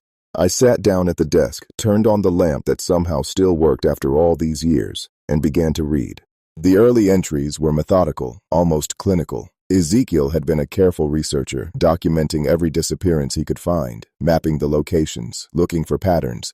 He had discovered what I had discovered, that the disappearances went back generations, that they seemed to cluster in certain areas of the park, that witnesses sometimes reported strange sounds or sightings in the days before a disappearance occurred. He had also discovered something I had not. The disappearances followed a cycle.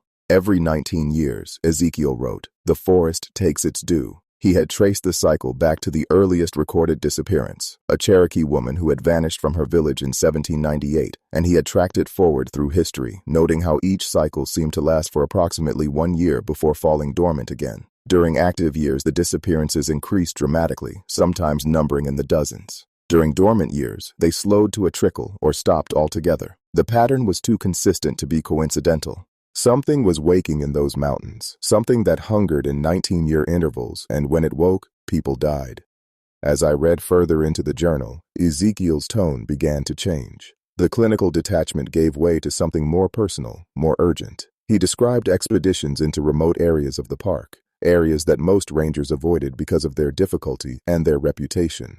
He described finding things in those areas, clearings where the trees grew in perfect circles, caves that went deeper than any cave had a right to go, structures made of sticks and mud and bone that appeared and disappeared with no explanation. He described hearing sounds at night, sounds that did not match any animal he knew, sounds that seemed to follow him from one campsite to the next.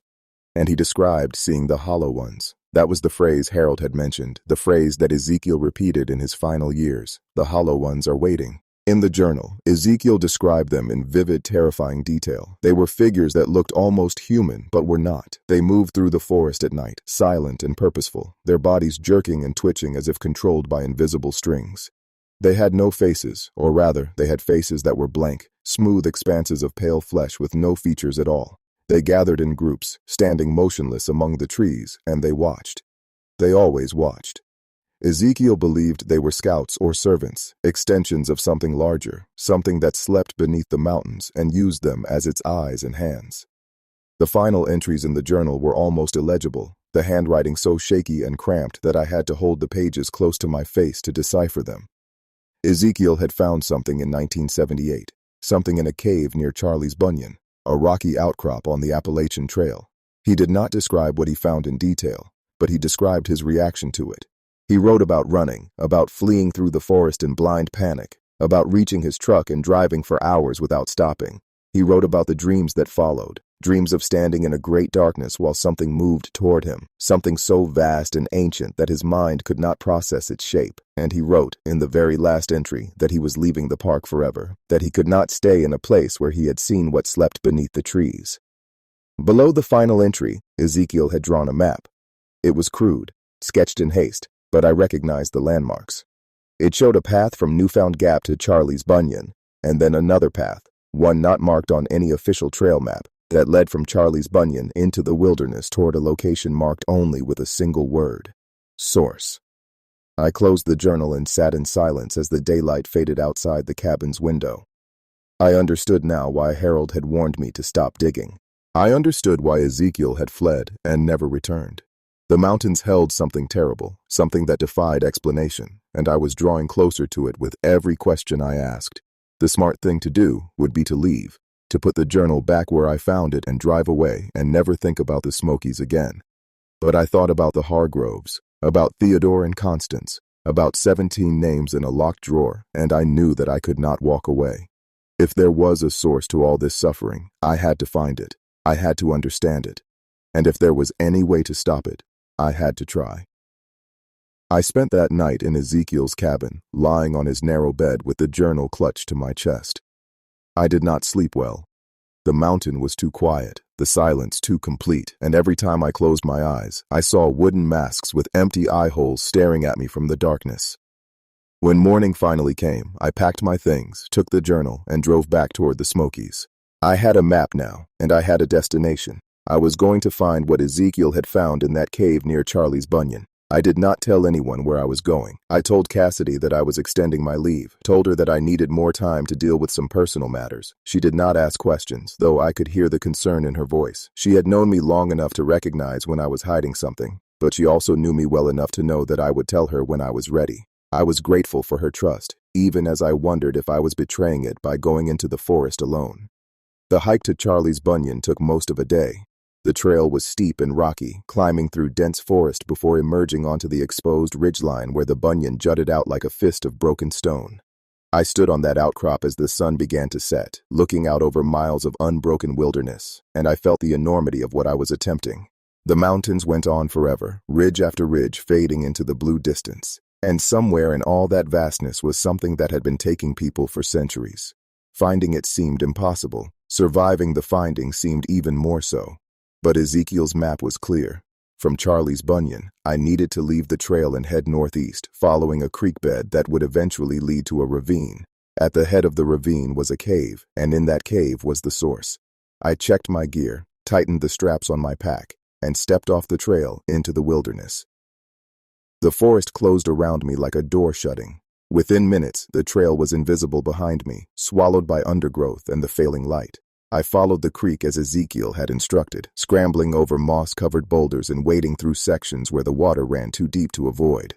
The air grew colder as I descended into the ravine, and the trees grew taller, their trunks gnarled and ancient, their branches reaching toward each other like the fingers of clasped hands. It was the kind of forest that existed before humans, the kind that remembered what walked these mountains when the world was young. I made camp as darkness fell, choosing a spot beneath an overhang that would protect me from rain. I ate without tasting, drank without thirst, and tried to ignore the sounds that had begun to filter through the forest around me. They were subtle at first, just hints of movement in the brush, the crack of a twig here, or the rustle of leaves there. But as the night deepened, the sounds grew more deliberate. Footsteps circled my camp, slow and measured, always just beyond the reach of my firelight. I called out, identifying myself as a ranger, demanding that whoever was out there show themselves. The footsteps paused, and then resumed, closer now, as if my voice had drawn them in rather than frightened them away. I did not sleep that night. I sat with my back to the rock and my flashlight in one hand and my bear spray in the other, watching the darkness and waiting for something to emerge from it. Nothing did. The footsteps continued until just before dawn, and then they stopped, as suddenly as if a switch had been thrown. When the sun rose and I dared to examine the ground around my camp, I found tracks. They were shaped like human footprints, but longer, narrower, with no arch and no definition in the toes. They looked like the prints of feet that had been flattened, pressed down by some tremendous weight until all their natural contours had been erased. I broke camp and continued down the ravine. The cave appeared around mid-morning. It was not large, just a dark opening in a wall of rock, hidden behind a curtain of hanging vines. I would have walked right past it if not for Ezekiel's map, which marked the entrance with a small X and the words, "Here be the sleeping." I pushed aside the vines and shone my flashlight into the darkness beyond. The cave went back maybe 20 feet before narrowing to a passage that angled downward into the earth. The walls were damp and covered with a pale fungus that glowed faintly in the beam of my light, giving the whole space an eerie, bioluminescent sheen. The air smelled of minerals and decay, and beneath those smells, something else, something alive and waiting. I hesitated at the threshold. Every instinct told me to turn back, to return to the surface and forget I had ever found this place. But I thought of the Hargroves again, of Theodore's baseball cap and Constance's pink shoe, of a family that had simply wanted to take a walk in the woods. I thought of Ezekiel Post, who had run from this cave and spent the rest of his life haunted by what he had seen. I did not want to run. I did not want to spend my remaining years looking over my shoulder, wondering what might have been if I'd been brave enough to see this through. I took a deep breath, ducked my head, and entered the cave. The passage descended for what felt like miles, though it could not have been more than a few hundred feet. The walls pressed close, forcing me to turn sideways in places, and the ceiling dropped so low that I had to crawl on my hands and knees. The glowing fungus provided just enough light to see by, which was almost worse than complete darkness. I could see the shapes of things on the walls, carvings or markings that I did not recognize, symbols that seemed to squirm and shift when I looked at them directly. I kept my eyes forward and kept moving. The passage finally opened into a chamber. The chamber was vast, far larger than any natural cave had a right to be. My flashlight could not reach the far wall, could not even suggest where the far wall might be. The floor was smooth and sloped gently toward a central depression, like the bowl of an enormous amphitheater. And in that depression, filling it completely, was something that my mind refused to process. It was like looking at a shadow that had taken on weight and mass. It was like looking at the negative space between stars. It was a shape, but not a shape I could describe with any language I knew. It was alive, but not alive in any way that corresponded to the life I understood. It lay coiled in the depression, and even in its stillness, I could feel it moving, growing, dreaming. It was the source of everything. It was what slept beneath the mountains, what woke every 19 years, what sent its hollow servants into the forest to gather what it needed. I do not know how long I stood there. It could have been seconds. It could have been hours. Time had no meaning in that chamber, no purchase, nothing to cling to. I only know that at some point, the thing in the depression became aware of me. I did not see it move. I did not see it open any eyes. But I felt its attention land on me like a physical weight, pressing me down, pinning me in place. It was curious. It was hungry. And it was very, very old. I ran.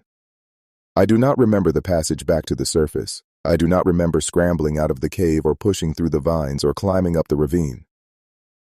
I have fragments, just as I had fragments from the night the Hargroves disappeared.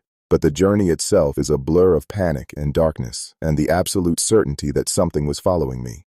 I ran until my lungs burned and my legs gave out, and then I crawled, and when I could not crawl anymore, I lay face down in the leaves and waited for whatever was chasing me to finally catch up. But nothing caught me. I lay there for hours, trembling and weeping, and nothing emerged from the forest to claim me. When I finally found the strength to stand, I was alone. The forest was quiet, and the sun was high, and the mountains looked exactly as they always had, beautiful and ancient and utterly indifferent to my terror. I made my way back to the trail and hiked out to my truck. The journey took 2 days, and I do not remember eating or sleeping during that time. I only remember walking, one foot in front of the other, my mind carefully blank, refusing to process what I had seen in that chamber. When I finally reached the parking lot at Newfound Gap, I sat in my truck for an hour before I could bring myself to turn the key. I drove home. I showered. I slept for 18 hours. And when I woke, I wrote down everything I had experienced, just as Ezekiel had written in his journal.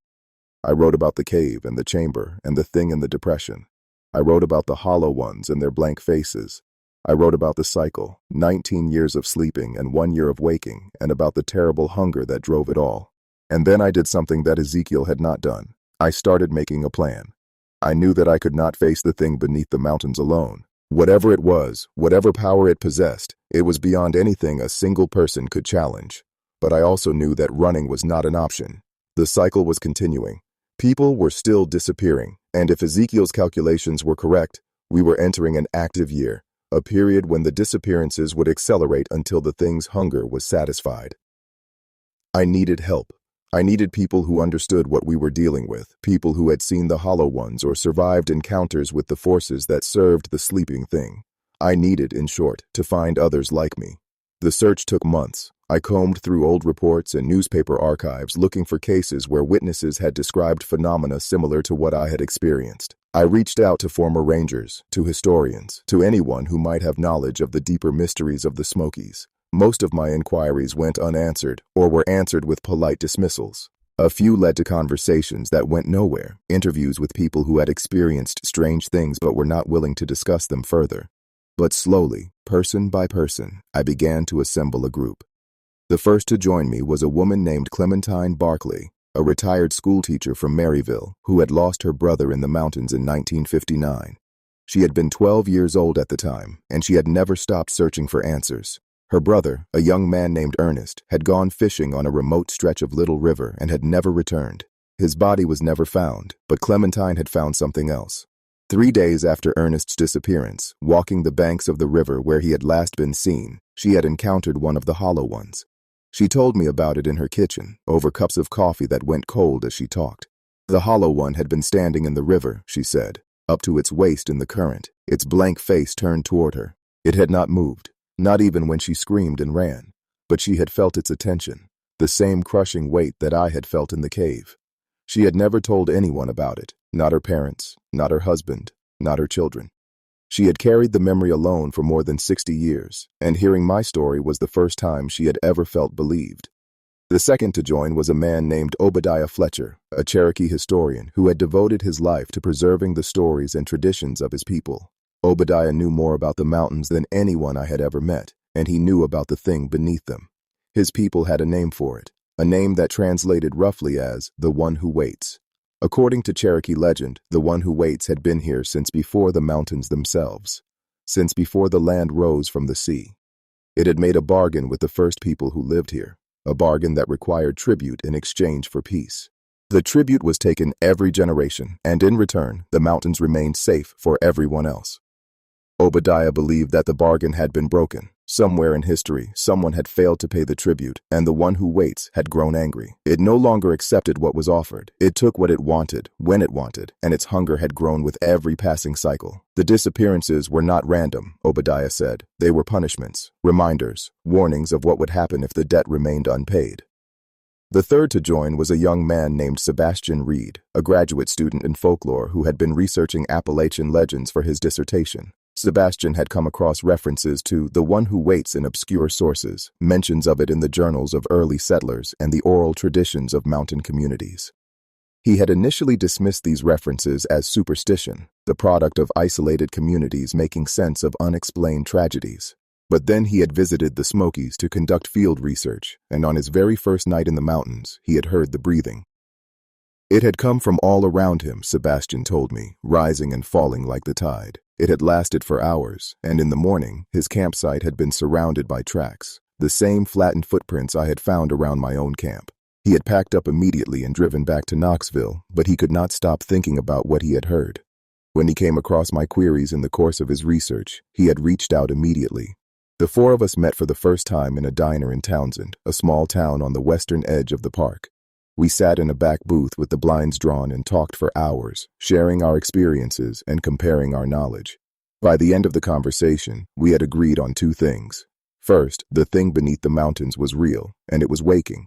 Second, we had to find a way to stop it. Obadiah was the one who proposed the solution.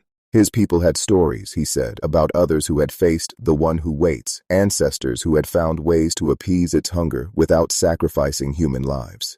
The methods had been lost over generations, forgotten or suppressed by well-meaning missionaries who had viewed the old practices as pagan and dangerous. But there might be traces of them in the oldest stories, hints that could point us toward a way of closing the door between our world and whatever world the one who waits called home. We divided the work among ourselves. Sebastian would continue his research, focusing on folklore and legend, looking for any story that might contain a clue.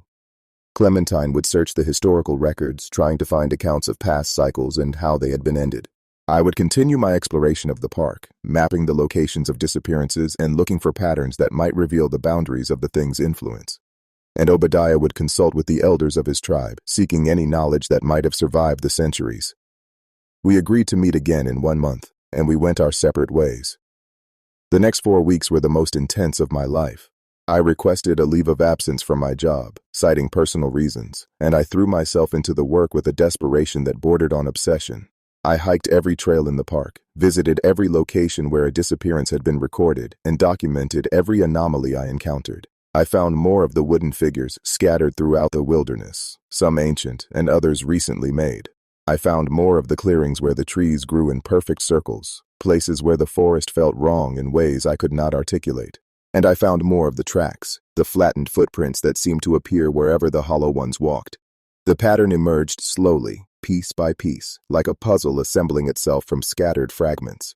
The disappearances were not random. They clustered around specific locations, places where the boundary between our world and the thing's world was thinner than elsewhere.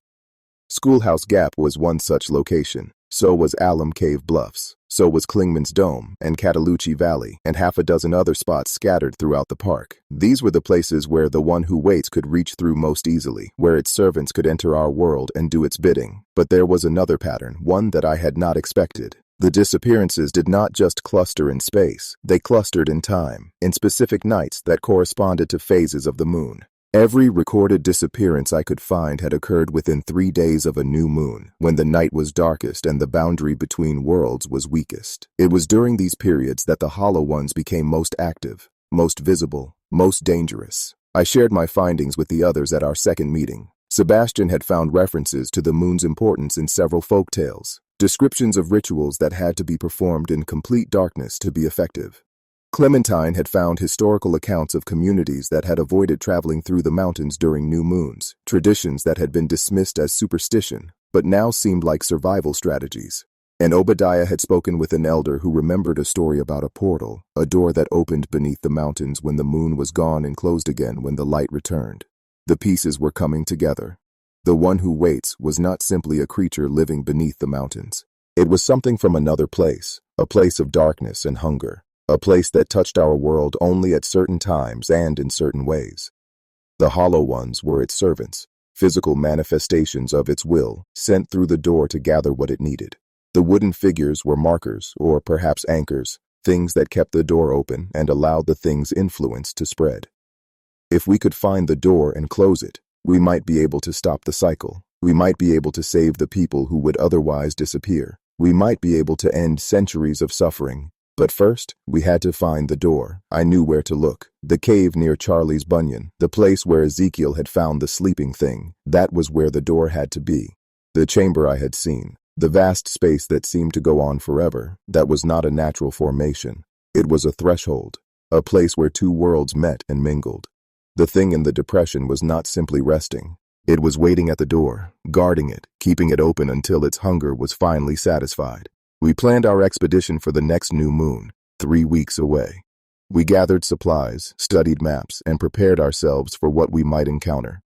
We did not speak of the danger, not directly, but it hung over all our conversations like a shadow.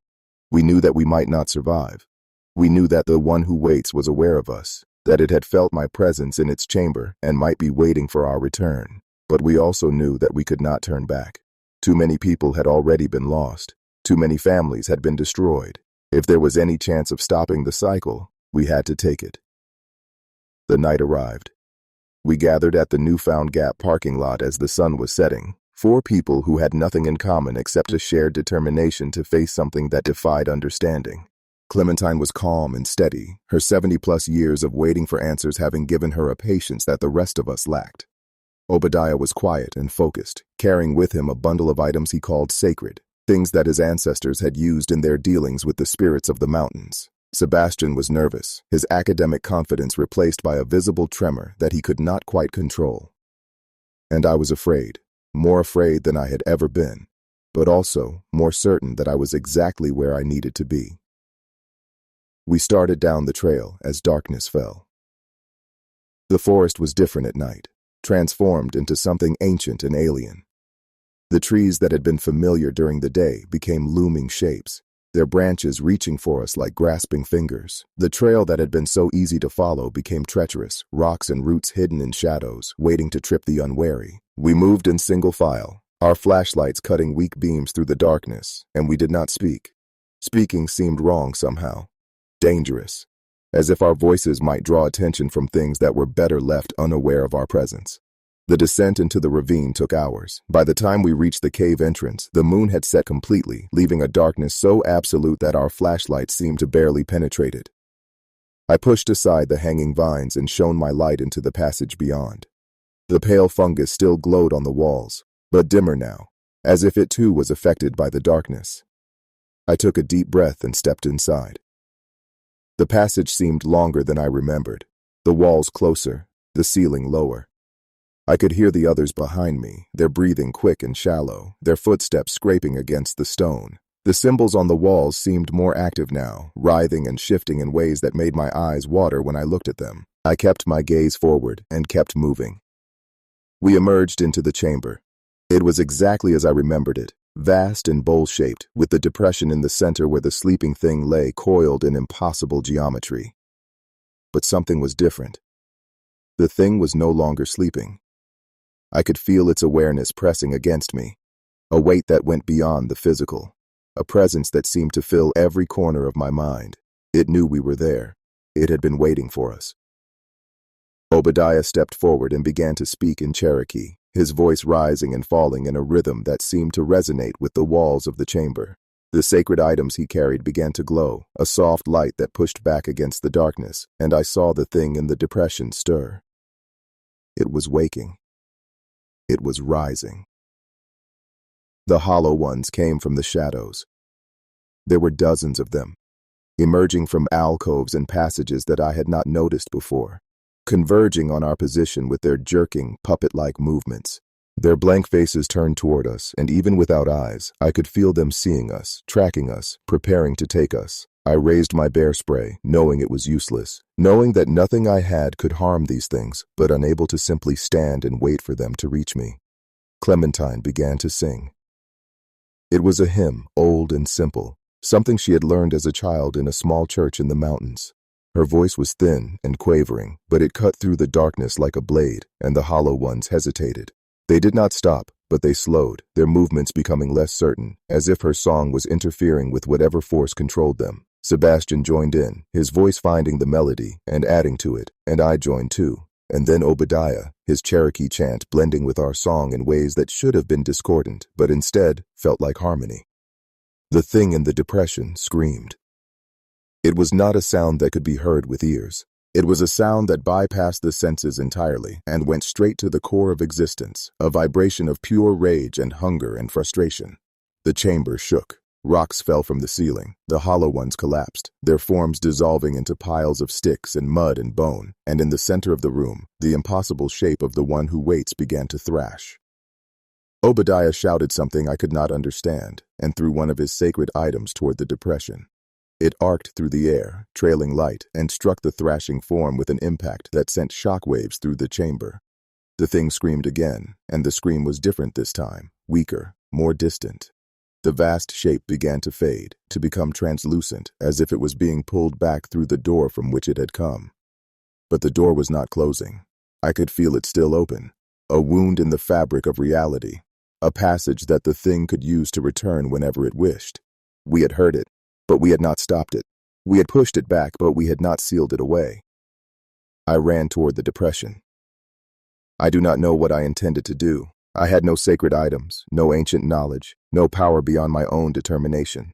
But I ran anyway, and as I reached the edge of the depression, I saw something. There was a stone at the center of the bowl, black and smooth, and it was radiating a darkness that seemed to eat the light around it. The door. That was the door. That was what was keeping the passage open. I jumped into the depression. The contact with the retreating form of the one who waits was like being struck by lightning. Pain exploded through every nerve in my body, and I heard myself screaming, though the sound seemed to come from very far away. The thing wrapped around me, tried to pull me through the door with it, and I felt the cold of another world pressing against my skin. But I did not let go. I reached for the stone and closed my hands around it.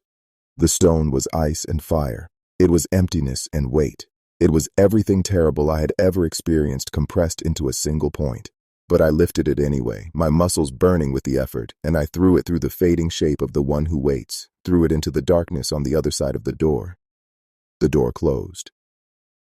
The thing was gone. The depression was empty. The chamber was silent. I lay at the bottom of the bowl, my body broken and my mind reeling, and I looked up at the faces of my friends as they scrambled down to help me. Clementine was crying, Sebastian was laughing, Obadiah was praying, and I was smiling, because despite the pain, despite the terror, despite everything we had faced, we had won. The door was closed. The cycle was broken. The one who waits would not take anyone else. I spent 6 weeks in the hospital recovering from injuries that the doctors could not explain. Burns that looked like frostbite, muscle damage that suggested exposure to extreme pressure, psychological trauma that manifested in nightmares and flashbacks, and a terror of darkness that I have never fully overcome. The official story was that I had fallen during a solo hike and been rescued by my friends, which was true enough in the broadest sense. The real story was never told to anyone outside our group. Clementine died 3 years after our expedition, peacefully in her sleep, having finally found the closure she had been seeking since her brother's disappearance. She told me, in one of our last conversations, that the burden she had carried for so long had been lifted, that she could finally rest. I hoped that rest was everything she deserved. Sebastian finished his dissertation and went on to become a professor of folklore at a small college in Virginia. He published a book about Appalachian legends that included, hidden among the other stories, an accurate account of what we had experienced. He framed it as fiction, of course, because no one would have believed it as fact, but those who knew what to look for could find the truth in his pages. Obadiah returned to his people and became an elder himself, a keeper of the old stories and the old ways. He taught the young ones about the bargain and the tribute and the importance of remembering what had been done to protect the mountains. He told them about the one who waits and the door and the night we had closed it forever. I visited him often, and we would sit together in silence, 2 old men who had faced something beyond understanding and survived. And I returned to the Smokies. I could not stay away. The mountains were in my blood, in my bones, in the very rhythm of my breathing. I resumed my duties as a ranger, patrolling the trails and helping the hikers and watching over the wilderness that had nearly claimed my life. But I watched with different eyes now. I saw the beauty of the forests, yes, the majesty of the peaks and the serenity of the valleys. But I also saw the shadows, the places where the light did not quite reach, the moments when the wind carried sounds that did not belong. The door was closed, but the mountains remembered. They would always remember. There have been no disappearances since our expedition, not one. The families who hike into the Smokies now hike out again, safely and without incident. The hollow ones have not been seen. The wooden figures have crumbled into dust. The cycle has ended, and the tribute is no longer required. But sometimes, late at night, when the moon is dark and the forest is still, I hear something in the distance. It is not the breathing, not exactly. It is more like a whisper, a voice speaking words I cannot quite understand, rising from beneath the mountains where the one who waits once slept. It is not a threat, not anymore. It is something else, something I have come to understand only gradually over the years since the door was closed. It is a promise. The door is closed, but doors can be opened. The cycle is broken, but cycles can begin again. The one who waits is gone, but it is patient, and it is old, and it has all the time in the universe to find another way. I am the last of those who remember. Clementine is gone. Sebastian rarely speaks of what we experienced. Obadiah is growing old, his memory fading with each passing year. Soon, there will be no one left who knows the truth, no one who can warn the next generation of what sleeps beneath the mountains. And so I write this account. I write it not for publication, not for recognition, not for any purpose except to ensure that the truth survives. I write it so that if the whispers ever become screams, if the cycle ever begins again, there will be someone who knows what to do. The Great Smoky Mountains are beautiful. They are ancient. They are wild in ways that defy the touch of human civilization, and they are watching. They are always watching. If you ever hike these trails, if you ever lose yourself in the endless green of these forests, remember what I have told you. Remember the hollow ones and the wooden figures and the thing that sleeps in the darkness. Remember the door that was closed and the price that was paid to close it. And if you hear something following you through the trees, something with footsteps that sound almost human, but not quite, something with a breath that rises and falls like the tide of an endless sea, do not turn around. Do not answer when it calls your name. Just keep walking. Keep walking until you reach the light, and pray that the light is enough. I am an old man now. My hair has gone white, and my hands shake when I try to write, and my memories of the expedition have become soft around the edges, blurred by time into something that feels more like a dream than reality. But the mountains have not changed. They stand as they have always stood, ancient and patient, watching over the valleys and the rivers and the small human lives that flicker and fade beneath their gaze. The Smokies have a new generation of rangers now, young men and women who see the forest as a resource to be managed rather than a mystery to be feared. They do not believe in hollow ones or sleeping gods or doors between worlds. They believe in statistics and schedules and the proper protocols for search and rescue operations, and perhaps that is for the best. Perhaps the old fears should die with the old people who carry them. But I keep watching. Every year, on the anniversary of the night we close the door, I hike back to the place where the cave used to be. I say used to be because the cave is no longer there. Where once there was an opening in the rock, there is now only solid stone, as if the passage had never existed at all. The ravine where I camped is overgrown with new forest, the trees young and healthy, unmarked by the presence that once haunted these woods. The mountains have healed, and the scars of what happened have faded to nothing. But I still hear the whisper. It comes at the darkest part of the night, when the new moon hangs invisible in the sky, and the shadows press close. It is faint, barely audible, easily dismissed as the wind or the rustle of leaves or the tricks that an old man's ears play on him in the silence. But I know what it is. I know who is speaking. The one who waits has not forgotten. The door is closed, but somewhere, in whatever darkness lies on the other side, the thing that took the Hargroves and the Thorntons and hundreds of others is still waiting. It is still hungry, and it is still searching for a way back. I cannot know if it will succeed. I cannot know if the door will ever open again, or if the cycle will ever resume. I only know that the mountains are old, older than memory, older than history, older than the very stones that form their bones, and in all that time, they have seen many things come and go. Empires have risen and fallen, species have evolved and gone extinct. The face of the earth itself has changed beyond recognition. But the mountains remain, and so does what lies beneath them. My advice to you, if you ever visit the Great Smoky Mountains, is simple.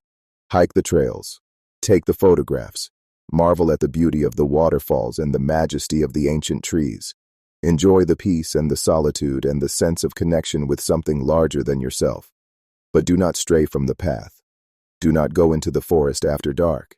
And if you ever find yourself in a clearing where the trees grow in a perfect circle, if you ever come across a figure made of sticks and mud and bone, if you ever hear a sound that seems to come from everywhere and nowhere at once, a breathing like the tide of some vast and hungry sea, run. Run and do not look back. Because some things in this world are older than human understanding, and some doors once opened can never truly be closed again. This is my warning. This is my legacy. This is the truth about the Great Smoky Mountains, and the thing that sleeps beneath them, and the night that 4 people faced the darkness and somehow, miraculously, lived to tell the tale. Remember it, because the mountains always remember, and they are always watching. They are always watching. They are always watching.